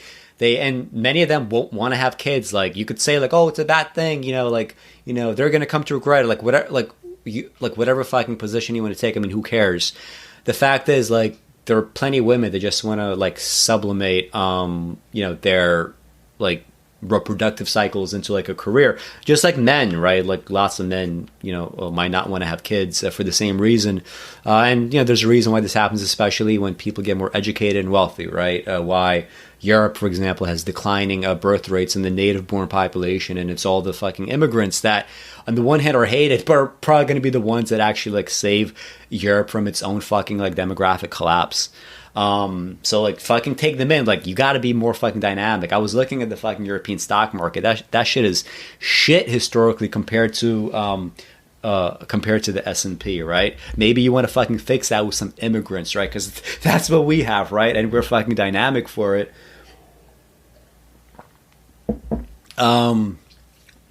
Yeah, so like I don't know how like you would cut this question, but like what are the implications here, right? If most of these women say I'm not a feminist, like we're also not returning though to like what Knowland is arguing for, like and like the kinds of virtues that he's sort of espousing, right? We're now returning to some sort of like like pre-modern baseline, right? To the extent that we're going anywhere, maybe there's going to be more sexual differentiation, and maybe women are going to keep accelerating ahead. So, feminism itself might have no currency, but honestly, long enough time span because of woke capital, feminism might get even more and more currency, because if women get, more and more powerful, and men just are kind of on the outs in that sense. Why not, use like feminism as a cudgel to go further and further, right? I mean, it's just like I don't see anything especially egregious about men, about women, about Israelis, about Palestinians. I think everybody, if you give them, the right set of power relations and the right kind of like power blocks to negotiate with, they're gonna fucking like use everything around them as a cudgel, as a maybe not an individual Palestinian or Israeli or woman or man, but enough of them to cause social, problems, right? Which is essentially what happens, right? People want to hurt others. They want to compete. They want to get ahead. This plays out in different ways in the ancient world, in the modern world, whatever. So, anyway, I don't know how to go on this. It's worth remembering here that the overwhelming majority of women don't describe themselves as feminists, as few as 8% in Germany. And so what, right? I mean, like, he doesn't make the fucking normative claim there, and that's just such bullshit. Like, I've said this before, but anytime that I do these streams, or anytime I put up a video or an essay or whatever, or even like a novel, you know exactly where the fuck I stand on a whole lot of shit. I don't know where he stands on the implications of most women don't consider themselves feminists. So what? These women therefore want what? Make the fucking normative claim. Don't be scared to make that claim. Fuck it, like, make a next video, make it even crazier. Like, if you got fired for your job and we have no fucking social safety net because on the one hand, lefties are just fucking so energized by woke capital that they want to see, labor rights just completely fucking destroyed for the sake of some ideological goal that doesn't mean anything to anyone. And then on the other hand, like, if you want to like actually push for this, like, you got to make some normative claims, like get crazier. Like, I want to hear where this is going, right? Make those normative claims. Most women don't consider themselves feminist. And so what? Where is this going? Come on, let's hear it. According to the Education Research Centre, one of the characteristics of indoctrination is a closed system, meaning immunity to criticism. All data must conform to the theory of patriarchal oppression. Women who don't feel oppressed have just been oppressed into believing they're free to keep them oppressed. To use Karl Popper's term, patriarchy is non-falsifiable. Suppose, as G.K. Chesterton put it, you have a theory that all ginger people are trying to kill you. When you ask them whether they are, they say they're not. But you're too clever for them. That's exactly what they would say. Your system is closed. And I mean, he throws a lot of shit in there to sound smart, right? And I guess as always, of course, a British accent does help in this regard. But I mean, it's not so much that patriarchy as a concept is unfalsifiable, right? And he brought up Karl Popper. The way that modern feminists have described patriarchy, right? In this kind of like really fucking slippery way. To advance usually their own like fucking woke capital agendas and get funded for it. And, especially now, the reason why people are making videos now is all this shit like spilled into like fucking Twitter, and everybody's like rotting their fucking brain on Twitter. It's all over the fucking media, and everybody's rotting their brain with bullshit fucking media. So of course this guy now is talking about it, but feminists would be like pushing a lot of this shit just to, advance themselves, advance their own careers. This is just basic like white liberal feminist woke capital shit. I mean, there's nothing special about this. Like, it's not surprising that a certain class of feminists would do this. It's not surprising that men, a certain class of men would go to war and kill hundreds of thousands of people to enrich themselves, right? There's nothing special about men or women. It's fucking like same like bullshit fucking power blocks and trying to be competitive with one another, oftentimes sacrificing members of the species in the process. But he conflates that intentionally, doesn't he? I mean, he says that, hey, look, feminists are kind of like forcing this closed system upon us, which is true, right? Modern day Twitter style fucking feminism, it is unfalsifiable. It does say things like women that, resist these categories or women that are not on board with our messaging, it's because they are also oppressed and they've been brainwashed. Yeah, that's unfalsifiable. There is no situation in which you could be wrong there, because if you believe that women have to be on board or it means they're brainwashed, it means that your evidence, right? Your position is the thing that cannot be wrong, right? And you don't have anywhere in the system that you could go to that could amend your position, right? There's no amount of evidence in that situation that could ever change your mind. You've intentionally set up the system in such a way where it's not falsifiable. So this is the modern day feminist conception of patriarchy. It's not falsifiable, but patriarchy as a kind of like looser concept that doesn't have maybe some of the baggage of like modern day feminism, that's not unfalsifiable. Like we could, again, just to go back earlier to my example of like the most powerful, king in history, let's say, whoever that was, with the most number of concubines, right? To the extent that patriarchy there exists and benefits men like him explicitly, right? That is patriarchy, and everybody else is essentially his sexual slave. You could make the claim that maybe some of those concubines were really turned on by being fucked by a king, but you know what? With 1,000 concubines, we know that plenty were not. So we have that kind of sexual slavery, right? And in that sense, patriarchy absolutely does exist, and we don't have to. We have fucking falsification, right? We could falsify that by saying, Karl Popper would probably in the situation ask us, right? Like if this is a scientifically kind of, determined quantity, let's find a documentary record, some kind of historical record that would show, a king with like 1,000 concubines and, a faithful wife. And of course, if you go through history, you're going to find, tons of examples of powerful men doing these kinds of things. Genghis Khan, you look at, even like a great fiction like Pearl S. Buck, The Good Earth, right? The conquerors that come to China. One of the things that they said that stick with me because it's such a good example of, classical masculine, maybe not virtue, but, mode of behavior. If you're powerful, if you're able to exist within the confines and benefit from the patriarchy, right? Where one of the Chinese conquerors said something like, this is one of the great things about being a man and being a conqueror. We sire all these children in all these random villages and leave everybody else to raise them, right? Because, again, if you're going to be biologically deterministic here, you're able to pass on all this genetic material, right? So clearly that would be an example that Karl Popper would say, yes, now your theory is scientific. If this is the rubric that you're going to use, if this is the piece of evidence that we're going to go with, right? And of course, we could, induct a ton of other pieces of individual evidence that looks like, conceptually, what might patriarchy look like. There's tons of examples like that. We don't have to get as extreme as a king, right? Men in power, right? They have a special set of privileges that women in power, all things being equal, they would never want to fucking switch places, right? Imagine you're a king versus a queen. Imagine you're a mid-level wife versus like a fucking Chinese bureaucrat, right? You especially like in a time of peace, like, see the high point of song, the high point of tongue. Anyway, how'd I get on this shit? Maybe this could remind me. Yeah, so what he does is like essentially just say look,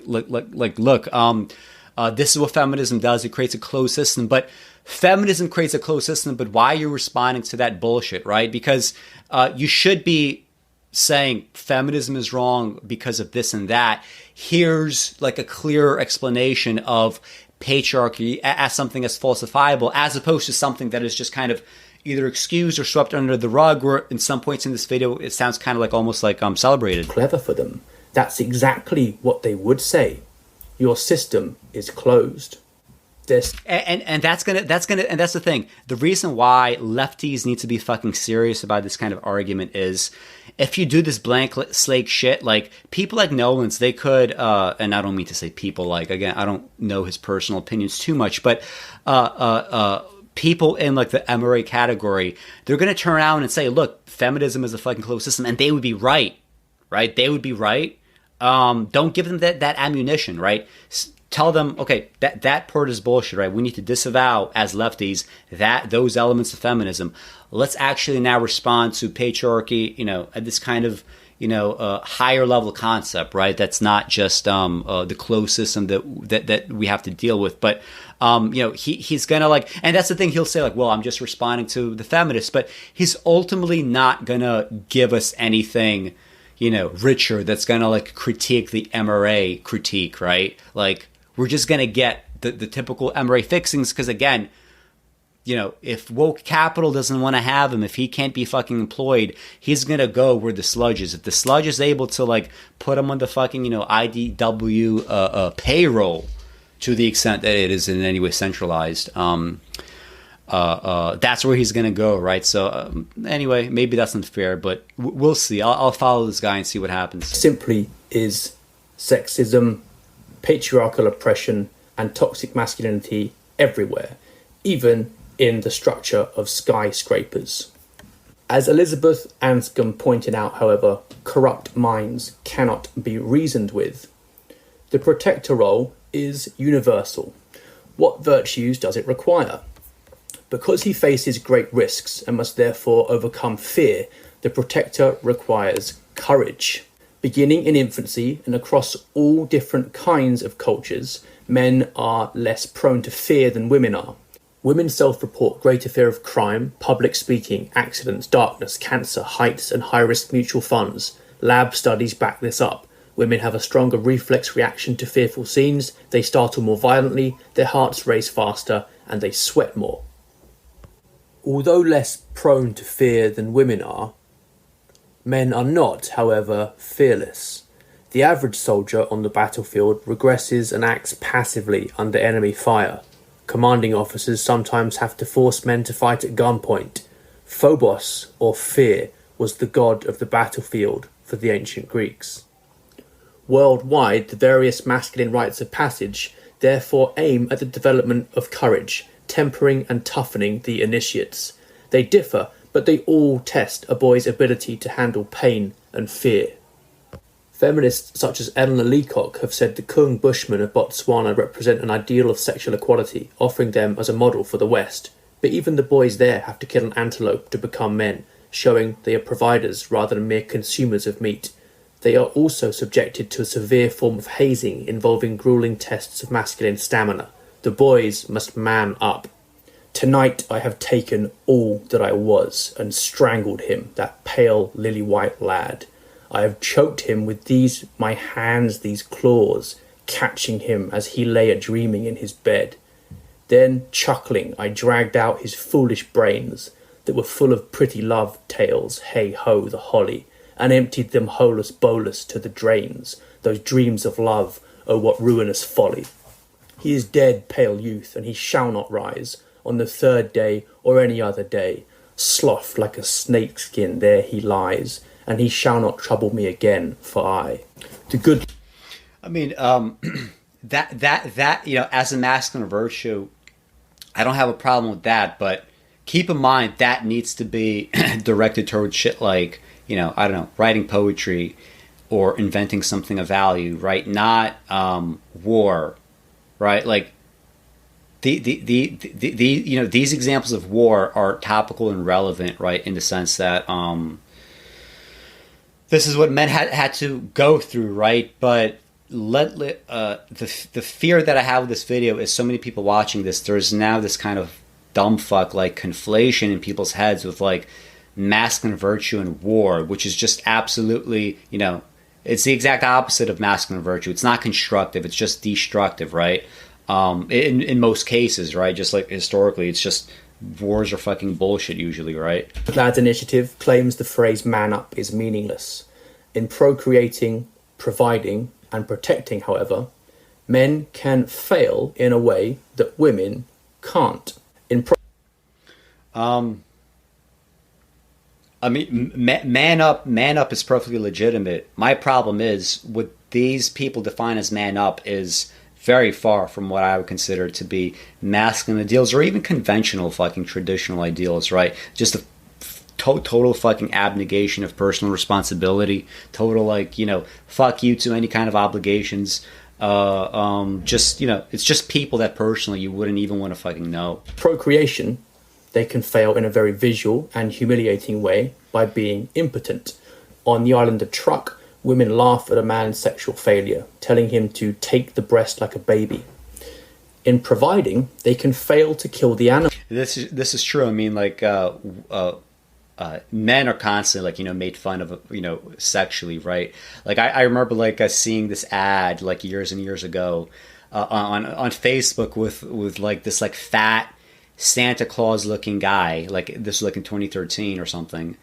Like dressed up as Santa, like without like any clothes other than like a cap and like maybe some like red and white something like in green like covering his genitalia, and it was like meant to be like a joke ad, like hoping you get everything you want like for Christmas or something, and it just made me think like, wow, like imagine a woman, right, being subjected to this. Imagine if like Facebook ran like a fucking ad of like some company with like a woman in like a fucking G-string, and she's just like obese and just like, you know, just like disgusting to look at, and just like put into like the worst fucking lighting and just made to be like fucking grotesque, right?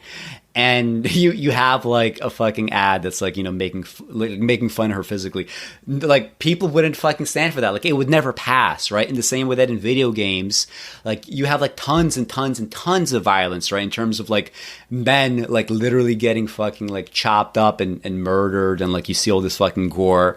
And, you know, like, I remember, like, you know, when we were like kids, you'd get like secret fucking passwords to make the game even more gory. But one thing that you won't have in video games is like, you won't have like a graphic scene of like a girl getting raped, right? Because first of all, like, I wouldn't want to fucking see that. Most men don't want to see that. Like, I know it's like common parlance among feminists to think like men are just fucking sociopaths, but most men just don't want shit to do with shit like that. And also, like, there would be too much fucking outrage, right? Because going back to you know, the bullet points that he had, are men, you know, like, are women helped more often than men? The answer is yes. Like, and women's concerns are taken more seriously, right? So you're not going to see, you know, a woman getting raped, because it's like, why would you, right? But, you know, tons of guys just getting killed because, like, fuck, it's a warring game. Like, that's the fucking simulation that we want, right? We want to be at war, and like, nobody, you know, really thinks about it. And to the extent that people do, it's usually like, you know, conservative, like, you know, like 1990s kind of like culture war shit about like video games or whatever. But weirdly enough, like, you know, the culture war shit has been overtaken by, you know, SJWs when it comes to video games, right? Which is why we had this like this like insane fucking like you know, the Gamergate stuff.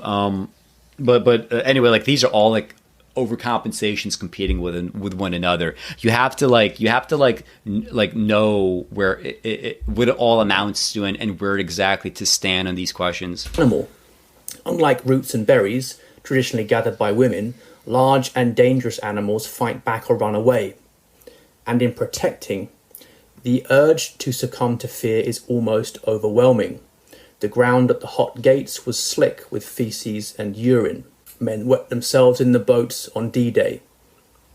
Childbirth, it is true, demands great courage of women, but you can't lose childbirth by running away. Here we see in Hector's lines before he goes to face Achilles that it's a combination of biology and culture that goes to make up masculinity.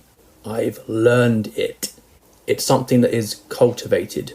This is his duty given his biological status as a man. His culture has shaped him to live up to the responsibilities that entails. He has to overcome fear.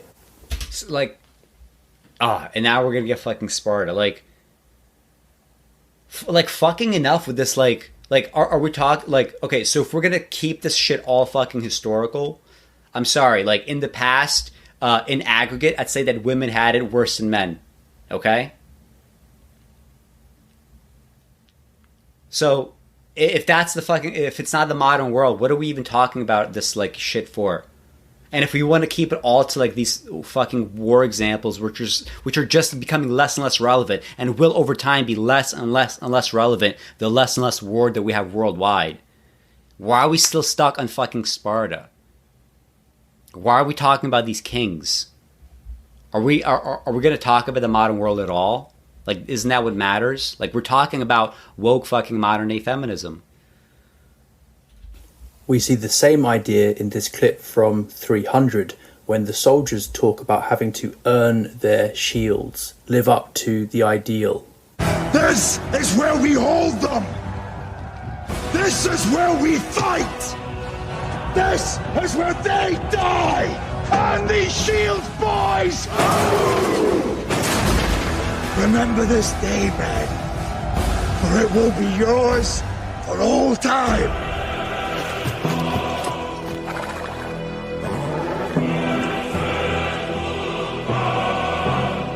Spartans!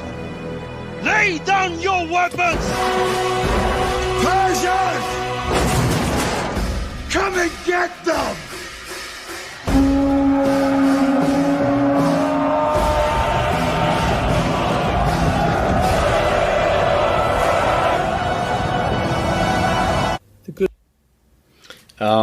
I mean, that was like obviously what he just showed was like the most fucking cliched, stereotypical representation of like, masculine virtue, I guess. Like in like the worst fucking movie, right? Everything from the music to the visuals to the acting, just everything just like sucks. But I mean, that's just the fucking like lowest common denominator package, right? That doesn't say anything. It doesn't say shit, right? Like it tells us something historically, right? And we could talk about those historical examples, but so far I don't see a proper like reckoning with and accounting of a female disadvantage historically. Which, sorry, like I'm sure Knowland would rather be a man in some of these situations, maybe not all of them, than a woman, right? I mean, that's just like. But we can't just do this like LCD stuff, right? We can't just do lowest common denominator entertainment, and also just kind of like pretend like you just get on the cusp of this like normative claim, and then just like back away, just like never take it that far. Good Lads Initiative claims that the phrase "man up" is meaningless. I wonder what King Leonidas would have thought of that idea. I mean, who gives it, like, isn't that the point? Who gives a fuck what King Leonidas thought or thinks about this idea? Who gives a shit? Like, it doesn't matter anymore, right? The moral compass has changed. What we accept and don't accept has changed. Sexual dimorphism has stuck around, but it's playing out in extremely different terms today than it used to be. And by the way, most of these changes are positive; they're for the good.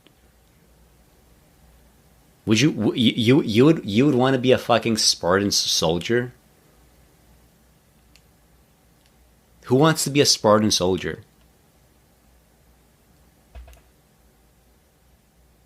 This is not masculinity in any reasonable sense. Closely related to courage is honour, the concern to protect one's reputation and that of one's family and lineage, pointing to the need to establish and defend boundaries. Only male honour is inseparable from strength and courage. And this is just beautiful, right? If you're only listening to this, not watching, he has a fucking like screen with like a card on it, right? And it's like an old time photo of, I guess, like 1950s kids about to play football or something. And the quote is from Norman Mailer. Quote, "Masculinity is not something given to you, but something you gain. And you gain it by winning small battles with honor." Okay, maybe I guess like tentatively I would sort of agree with that conception. But Norman fucking Mailer, who like stabbed his wife, Norman fucking Mailer, who just like couldn't like control himself in any. He was a hyper feminine freak. Okay, like everything, like with his interviews, his personal life is just driven by like crass and caricatured and stereotypical feminine fucking energy, which is the whole point of these fucking people. There must be some kind of inverse relationship with the amount of time that you fucking spent thinking and talking about masculinity and how and how masculine you in fact are, right? An inverse relationship between those two variables. Calling a woman a wimp isn't really an insult. Anne Campbell, in her studies of aggression in female adolescents, found that physical fights were rare, but they usually began with girls calling each other sluts, slags, or whores. Season 3, Episode 6 of Sex in the City is called Are We Sluts? This is because women's honour is tied to ancient standards of sexual propriety. These insults advertise a woman's propensity to be unfaithful and therefore make men less likely to consider her as a potential partner. Calling a man a slut would probably just provoke a confused look. Women mostly harm each other with words and behind the back rather than face to face, using gossip to alienate and defame. You can't prove chastity in a fight. A personal little story there. When I was in high school, I did like some like like an inner city high school, and I did like peer mediation work, and by far like the most fucking violent and aggressive people that would show up would be like two girls. I remember one time I was there were these two girls like sitting, like we had like a long table. One was at one end, one was another end. I was like sitting in the middle. Then we had like other people like taking chairs to sort of like keep them apart. And one girl was like extremely fucking pretty. Another girl was like pretty fucking ugly. And the girl that was like pretty fucking ugly was like she was like, clearly the one like in whatever conflict that they had. She was the one that was like starting shit, because the whole fucking time she's like sitting there, she's like rolling her eyes at this pretty girl. And of course, like, you know, most likely what's happening is there's some kind of like, you know, petty fucking jealousy or envy, just like it would be between males, but about something other than physical looks probably. So like she's like sitting there, she's like rolling her fucking eyes at this girl, and the other girl is like, why the fuck are you like rolling your eyes at me? And she was like, what? God gave me eyes, I'm gonna fucking roll them. God gave me eyes, I'm gonna fucking roll them. And they were just screaming at each other. One was like, the ugly girl was accusing the pretty girl of being a whore and a crackhead, and that she was a bad mother and she wasn't taking care of her kids. So, you know, in line with what this guy is saying, you know, her sexuality, you know, got attacked, like that she is like a loose, promiscuous woman that is not a good fit for any, you know, dominant, high up in the hierarchy male, right, who would not accept cheating, right, in this kind of like, you know, state of nature, let's call it. She's attacking her ability to be a nurturer, right? Her sense of herself as a mother and just having this motherhood. And of course, like, you know, she's rolling her eyes and she's starting shit because, you know, we have like a pretty girl and an ugly girl. And I did this kind of shit enough where, you know, I'm not just talking out of my ass. Like, it's just, you know, there's definitely a pattern, right? And when the guys would fucking like show up with one another, they would just like fucking like sit around like this, right? And they'd be like, like people would be talking to them. They'd be like, all right, whatever. All right, whatever. All right, whatever. And then they would ask me, right, so like, you guys have problems with each other or what? I was like, no, we're good. Fuck it. It's over. And then the other guys like, yeah, fuck it. So like, they don't want to fucking look at each other. They don't want to make eye contact. But these girls are so fucking hyper aggressive, just fucking staring at each other, jumping over the fucking table.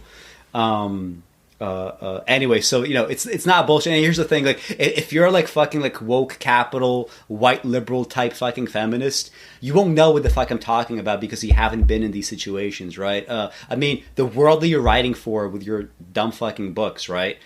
They're not for the real world. They're not for me, right? Because, you know, I could have like just even, you know, one fucking experience like that, and I sort of understand, you know, human interaction a little bit better than you know, a bullshit book like this, right?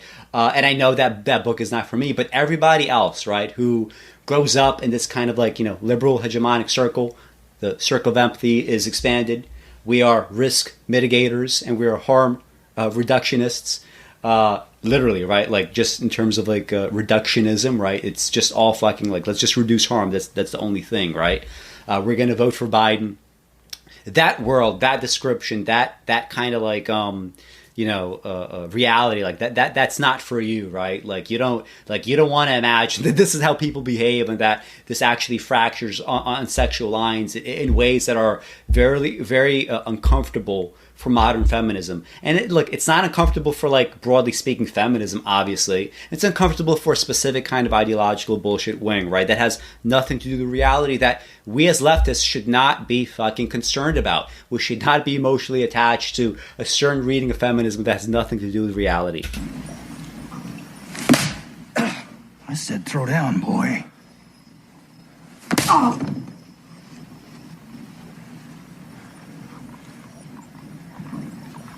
You gonna do something or just stand there and bleed? No? think so. Apart from fighting, sport and games are a public display of men's fitness to What's like so far like is he just trying to be relatable? Like, does he actually know that this is like some of the worst fucking like shit on screen ever? Like, he's showing some real fucking bullshit to us, right? defend boundaries. And people just lap this fucking shit up. Like you're the fucking jock, right? That's looking for that sorority girl for you to get fucking laid with, right? That's all that you care about. So you're gonna do this like lowest common denominator. This is my conception of masculinity. Look at this, all fucking like 1950s like white kids. It's all the same shit. Like, what is this fucking like? Like, is like 1940s, 1950s America like the fucking like MRA Eden? Like, is this like I just look at this and I'm like, I mean, well, I don't really have much of a response, honestly. It's just not a room that I would have ever been in.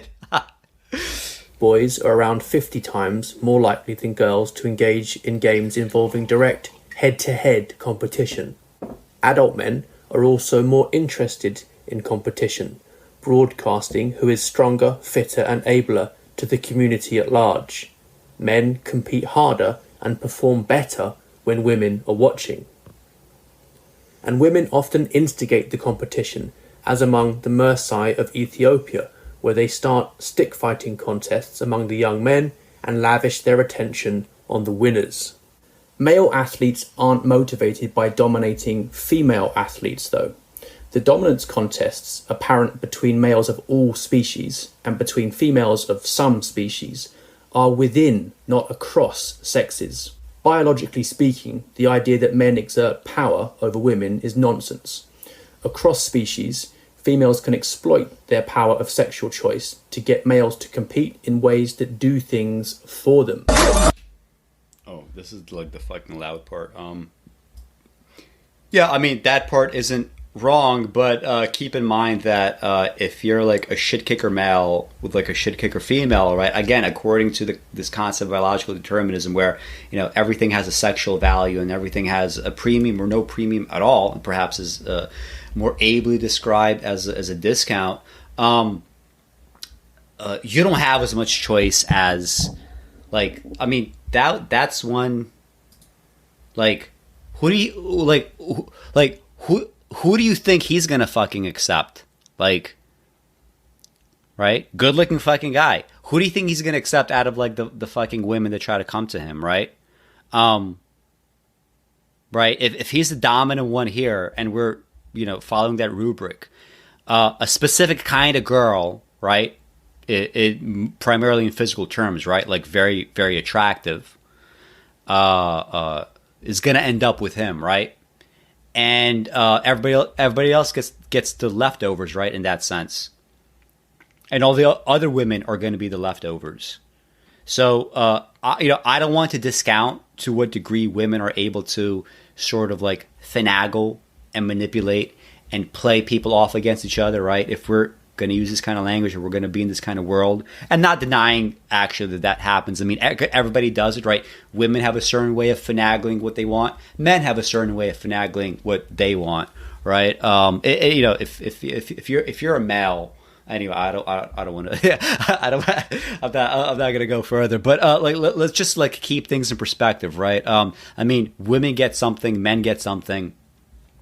This manipulation works like in different ways to some degree. Some women have a lot more competence in and ability to, do this kind of thing and get what they want, and most don't, right? There is some kind of baseline. Like, I'm not trying to discount what he's saying here, but he's saying this is a polemic. He doesn't care about the other side. Well, I mean, I'm giving you the other side, right? And I feel like with enough tempering, it shows how kind of like empty, a lot of this rhetoric is. Of sexual choice to get males to compete in ways that do things for them.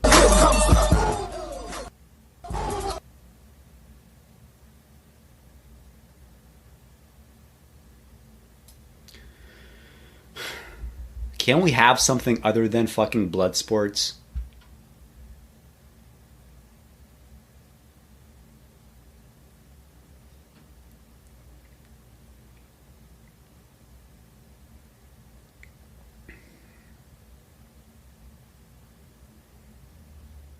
Most species, females could refuse the dominant male if they chose, but they don't.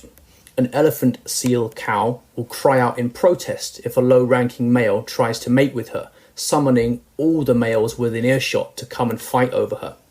And human women prefer the smell of dominant males, more masculine male faces, and men behaving more dominantly when at peak fertility than at other times in their menstrual cycle.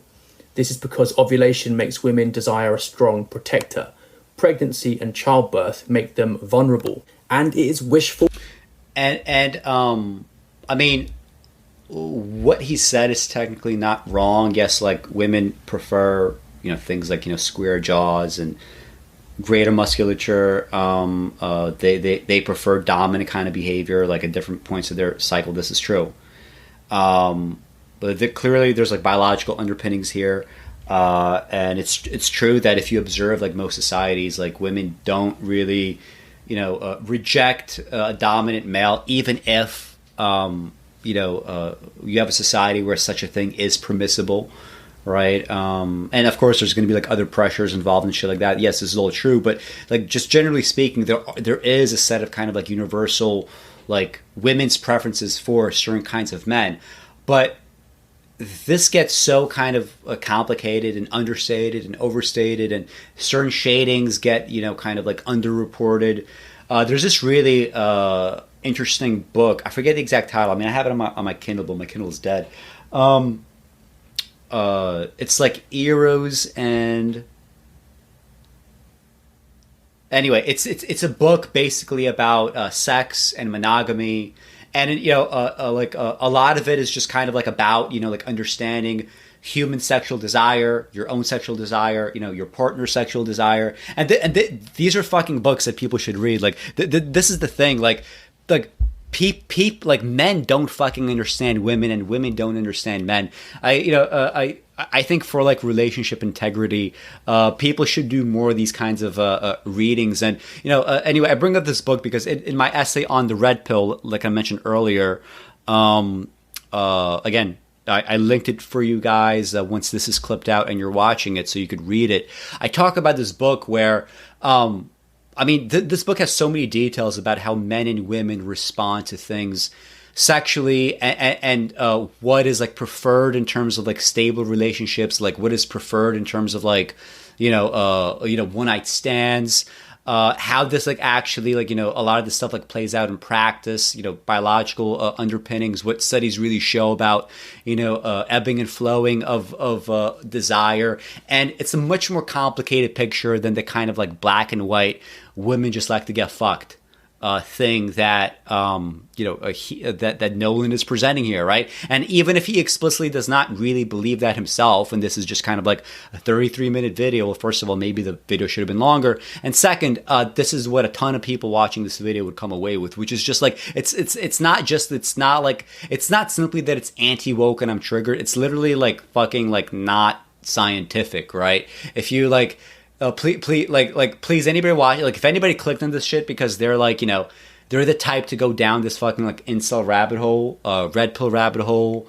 If you're black pilled and you're saying relationships are bullshit, like whatever the fuck. Please read my essay. Please read some of these other books that I'm going to link. Please start with information that's not shit like this. Like, it's just not like. You want constructive relationships in your life, right? You want to feel good about what you do and what you don't do, and you want to feel like you actually understand people, not just applying this. A lot of it is just like a male fucking fantasy for guys that are on a power trip. Make sure you're not doing that either, right? Full thinking to believe that boundaries can be established and defended without violence and the values of strength, courage, and honour that accompany it. George Orwell expressed this hard truth. Those who abjure violence can only do so because others are committing violence on their behalf. You might think that a real man prizes showing vulnerability and talking about his feelings or wearing rainbow laces, but he can't do that if he's dead. Just to understand that a little bit better, yes, it's true that even in the modern world, it's not simply that violence has disappeared. We've just sublimated to like, okay, now we're going to have state remediation, state violence on the behalf of us. But let's not pretend that that's not an infinitely preferable set of, circumstances than the alternative of state of anarchy where the only way you could really settle things is through intergenerational blood feuds that kills off many members of your family and ancestors and your descendants, right? Because this is going to continue. Being able to say, especially as leftists, right, us, being able to say we're going to leverage federal power, state power for meting out justice, right? For doing things for us so that we don't have to undertake the personal risks of violence and starting blood feuds. That's been a positive development, right? And part of that is a masculine impulse, but a lot of it, is a feminine impulse, percolating through the law, percolating through tradition, percolating through the modern world, right? A more kind of feminized reading of the law, which is a good fucking thing. This is not bad. One of the benefits of having this convergence of male and female, which is what we're getting, even again in places like Norway and Sweden, one of the benefits of that is women get more freedom to do what the fuck they want, and men get to have to take fewer risks. Okay? This is what men, in most places, don't have to do. Although, yes, what Henry's character here is going to do, this, depending on where you live, right, this is going to be a more frequent occurrence. But in the modern world, right, ideally, the kinds of things that we're kind of heading towards, this kind of thing is probably going to be a thing of the past, and this is actually a great thing. In this clip from Goodfellas, this character's girlfriend has just been sexually assaulted. He doesn't even know who this character is. The one fucking good movie clip. He doesn't know jack shit about it. Watch this. Watch what he thinks about this. By a neighbor, and here he is about to seek revenge on her behalf.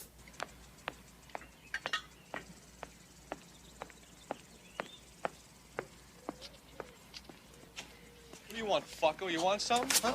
Oh! Hey! Hey! What are you doing? I swear my fucking mother, if you touch her again, you're dead! Don't shoot!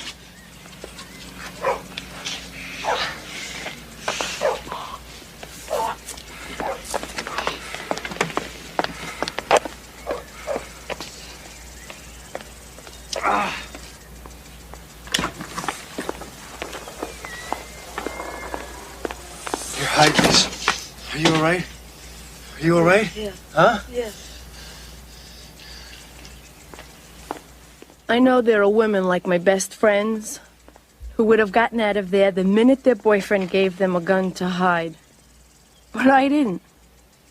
I gotta admit the truth. It turned me on. What a way to fucking miss the point. I mean, Goodfellas, right? How does that end? We have, is essentially a betrayal, a feeling that masculine virtues are just all bullshit, right? His good friend is he thinks that he's being set up for a hit, right? So fuck it, he's gonna rat out his so-called friends because it's all bullshit, right? It's like the same shit with the documentary Mr. Untouchable, right? I forget what is the name. Nicky Barnes. Nicky Barnes doesn't give a fuck about his previous associates because they betrayed that kind of code of the streets, right? In terms of masculine virtue, right? This is kind of a representation of that, right? Of that kind of anarchic state of power relations where you don't get to go to somebody else to deal with your problems, and you do need to sort of do this in your own kind of violent way. But ultimately, it's just in the movie, it's just revealed that these masculine virtues are just bullshit. They don't fucking get you anything. It's just garbage. The second part of that is, I guess he clipped that partly to have the female character say, I was very turned on by this.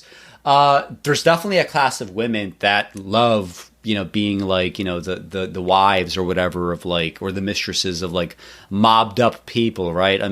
There was that whole thing with Chapo Guzman, right, in his trial in the United States, his like mistress fucking like shows up to taunt his wife, and they're all like competing for like the interest of like Chapo. And why do these like, you know, women just like gravitate towards these like total fucking sociopaths? And the answer is, you know, there's plenty of people in the world that don't really give a shit, right? If they could get power and be near power and, you know, be turned on by it, they are, right? On the other hand, like, you know, what that character says is also true. Most of my girlfriends would have been like, fuck this, I'm out of here. Most women might, you know, like, even if you concede like, oh yeah, there's like some women that get turned on by this, the question is, like, is that like the barometer for actual day-to-day reality? Like, if that woman now no longer wants anything to do with you, like that should tell you something, right? That should tell you about the limits of fantasy versus reality. That should tell you the limits of just the limits of like what it means to like be fucking alive and negotiate, you know, these kinds of parameters and the kinds of people that you want to give your time to. Like, there's, you know, plenty of people, and this is like a good thing, obviously, that are, you know, they understand that reality is not how, you know, reality is not merely, right? I don't want to say it's not right? It's not merely what the man with the gun says, right? Reality is not merely what the conquistador is able to accomplish. Reality is not merely, you know, being ravaged by men sexually, right? Which I think comes up later in this video. I forget if it's this video or some other MRA stuff. But reality has other slices, right? And it behooves you to actually like do some fucking reading in like evolutionary psychology sources that might be sympathetic to lots of shit that I'm saying here, but do not allow these kinds of crazy fucking conclusions that are being kind of implicitly drawn here, or just kind of like, you know, even if he's not explicitly making this argument, he just kind of like leaves it there, up to the fucking like, you know, random fucking YouTuber to differentiate right from wrong and good point from bad point. It's just... Wasn't that violent? Wouldn't it be lovely if we could get rid of violence? Well, in attempting to vanquish violence and oppression from the earth, Marxists broke all records for mass slaughter, murdering over 100 million people. Male aggression is a biological fact that will be with us whether we like it or not. And even in that fucking example, I mean, even if you tally up all the grisliness of the 20th century, it pales in comparison to even like a century or two or three or four or five prior, right? And especially like 20,000 years prior. Yes, in an absolute sense, like the sheer numbers are greater, even if you concede a completely fucking illegitimate set of numbers like 100 million like he does. The 20th century was more peaceful than it was warlike. Like, if you have to take away some salience from the 20th century, you have to say that rather than its opposite. I just wish that conservative types would like do some fucking reading, right, outside of their bubbles, right? Which is the irony is that they're saying that this is what they're doing, but I don't see much evidence of that. Violence might always be with us in some way, but to say that we haven't, like, very fucking, like, Japan has a murder rate of like less than 1 per 100,000. Okay, that is fucking inconceivable. Inconceivable in the pre-modern world. It's just unfucking believable that you could have a country that has, that murder is just something that you would just normally never even have to think about as a personal risk factor. It's just insane. Going from tribes with a murder rate for males as high as 60%. Don't fucking tell me that we can't find ways to leverage and concentrate violence in ways that diffuses it of its worst elements. Something might happen, like maybe your wife or whatever gets kidnapped and killed. But if you have capital punishment, that's going to diffuse the intergenerational war, won't it? And even if you don't have capital punishment, most people are just okay with like life imprisonment for something like that, right? Or some other kind of punishment and compensation, whatever. So don't tell me that violence has not been reduced and it's not a good thing. It's a good thing. Again, like, I just wonder like what's really happening here. Like he's bitching about like men having to go through all these historical fucking injustices. But what is the fucking end goal? Like what is the end point here? Is he gonna come out and fucking say, okay, war is bullshit, let's keep reducing casualties of war like we have been doing for the past, several centuries now, and especially the past 75 years after World War II? Like, he's not going to come out and say that. He's just going to say, whoops, violence, male problem, always with us. Too bad. Do you give a fuck about, like, men at all? Because I don't want men dying for this kind of shit. Because, of course, we know it's mostly going to be the men doing it because we know sexual dimorphism exists. Like, hey, listen, Knowland. You and I were smarter than the average person in that regard, right? We know the patriarchy is a lot more complex, and we know there's sexual dimorphism, which has actual implications for day-to-day behavior. And we know the society is structured to reflect these realities. So, hey, why don't we, understanding this, prevent men from being continually fucking pushed into the abyss, right? That's my program for men. I don't know what Knowland wants, but that's my program for men. Some people think that nowadays we don't need violence because we have the law. But in fact, the law itself ultimately depends on the threat of violence. Yeah, but much, much, much, much less violence and far less fucking diffuse and random and crazy and leading to more and more problems, right? Far less of that part, right?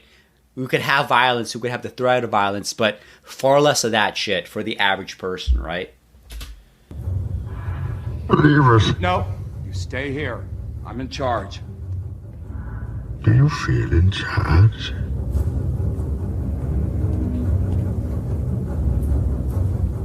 I've paid you a small fortune. This gives you power over me?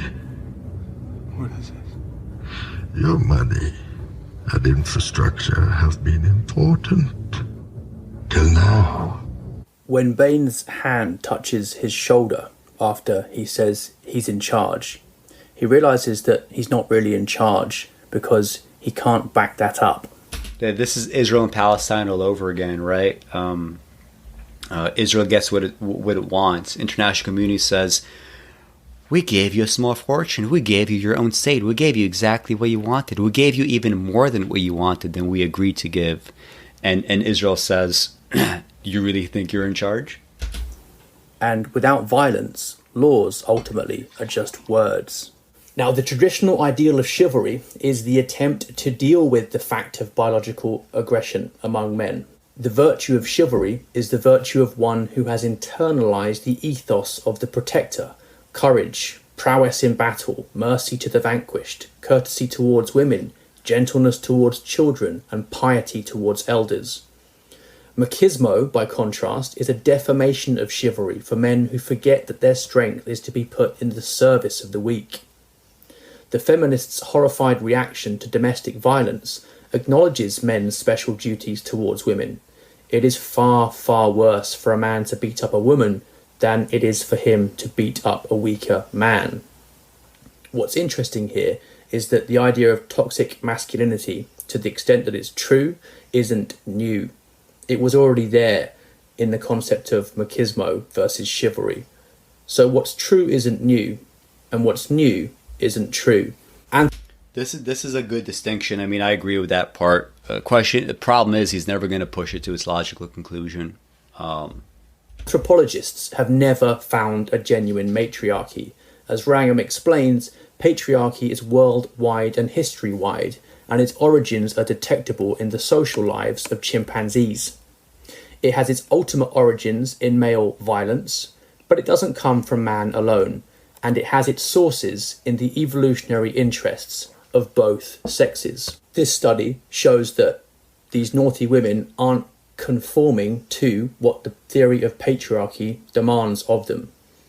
They still like guys with muscles and money.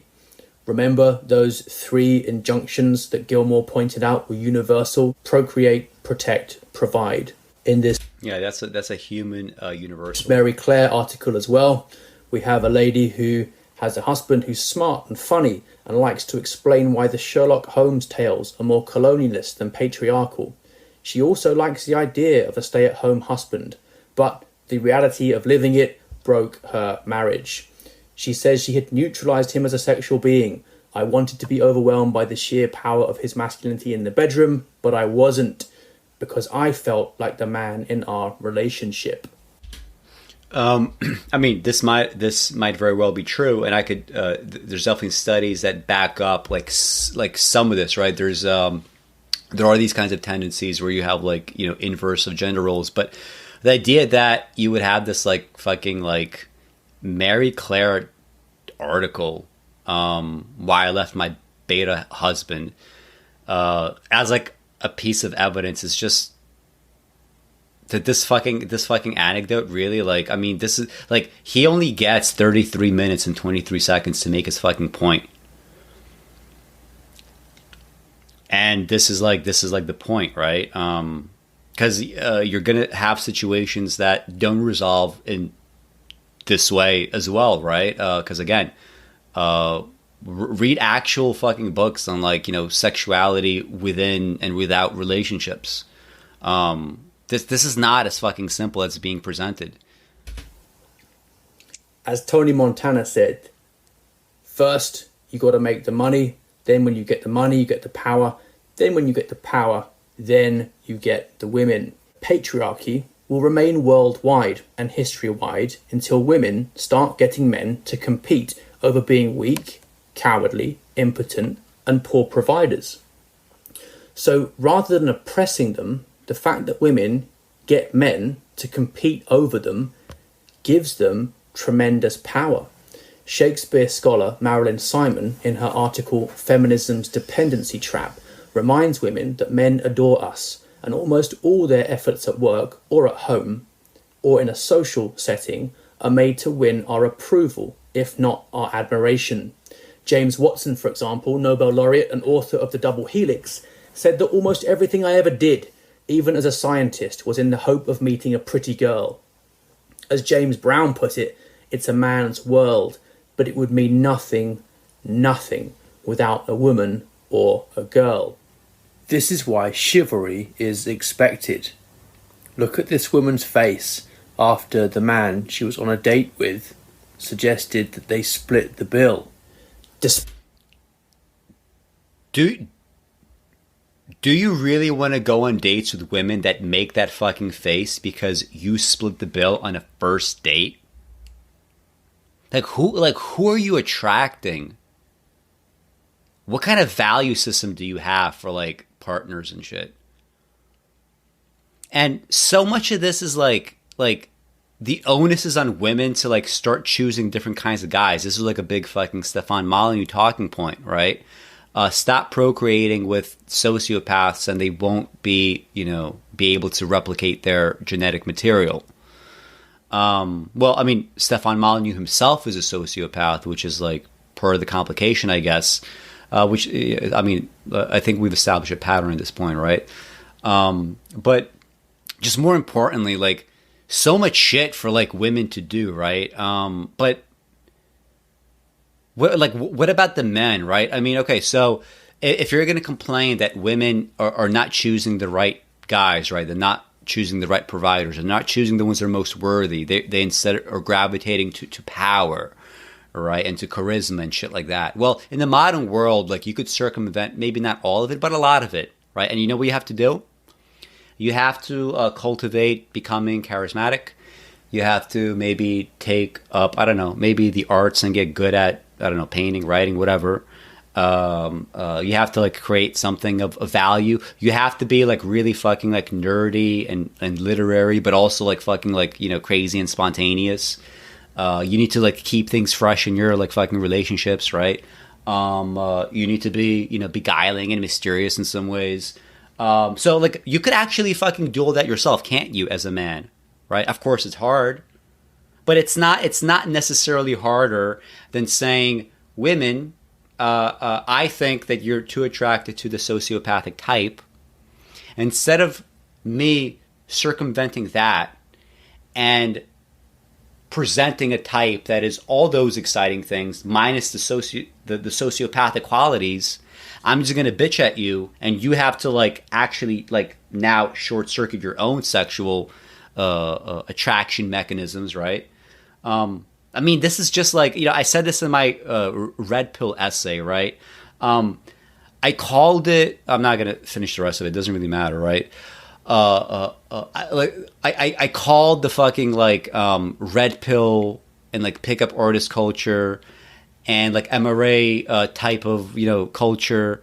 Like, I said that they have a fucking vaginal view of history. And I know that that's an offensive phrase, and it was meant to be offensive because this is exactly what these guys fear the fucking most. We're supposed to be the protectors. We're supposed to be the providers. We're supposed to pay, a first on a date. This is actually all good, masculine virtues. Because, like, again, like, look how, like, positively, like, these virtues are presented. Which, again, like, I don't have a problem with, like, masculine virtues, but, like you have to, they're a lot more complicated than this video shows, as I've been trying to show myself. I call it a vaginal view of history because these guys are so fucking scared of that, and they're becoming exactly what they fear. They fear being those kinds of betas, right? They fear, being kind of like squeezed out of these generals. They fear that there is no place for them. And instead of actually doing something about this and kind of, stubbornly resisting all these impulses, they're just kind of like, they're putting the onus on everybody that's not themselves, first of all. And second of all, they're not really, for the most part, creating anything of value, right? If you truly believe in masculine fucking values, right, I better see some fucking, Mozart pieces coming out of you, right? Your own modern Mozart, your own fucking classical compositions for today, right? Make them as great. Write a great fucking novel. Write great stories. Write great essays. And if you're going to do things like I'm going to become a YouTuber and I'm going to like put together these 33-minute videos, well, not that he wanted to be a YouTuber. He was perhaps unfairly, thrown into this kind of spotlight himself. But I don't see much of value here coming out, right? So you are kind of like contributing to your own irrelevance here. Not that Knowland's isn't like perhaps like really good in other regards. I mean, check out his channel. He also has like a video of himself deadlifting 300 kilos after a back injury, which is very impressive and good. And this is also masculine virtue in a way that is nice and makes sense. And it's constructive. But all this other fucking shit, all this other addle brain shit that gets kind of like snuck into the argument, it's just bullshit. Like this is where the masculinity fucking ceases, because it's hard to be a real man in the traditional sense. But you're gonna have to combine tradition with modernity, and modernity demands something more fucking constructive, and it demands that you do something other with your time than chasing sorority type girls that fucking like open up their fucking jaws because on the first date you don't want to get taken for all your fucking money, so you recommend that you split a bill, right? Normal fucking behavior, right? People understand this behavior, right? It's a set of behaviors that make sense. And to suggest that this is like this is where we should be headed. Oh my goodness. Listen, stop fucking chasing sorority girls. You won't have to be red pilled, okay? Like you won't have to be. Red pillers talk all the time about sexual value and quality. Fucking like understand what that quality really looks like in human beings.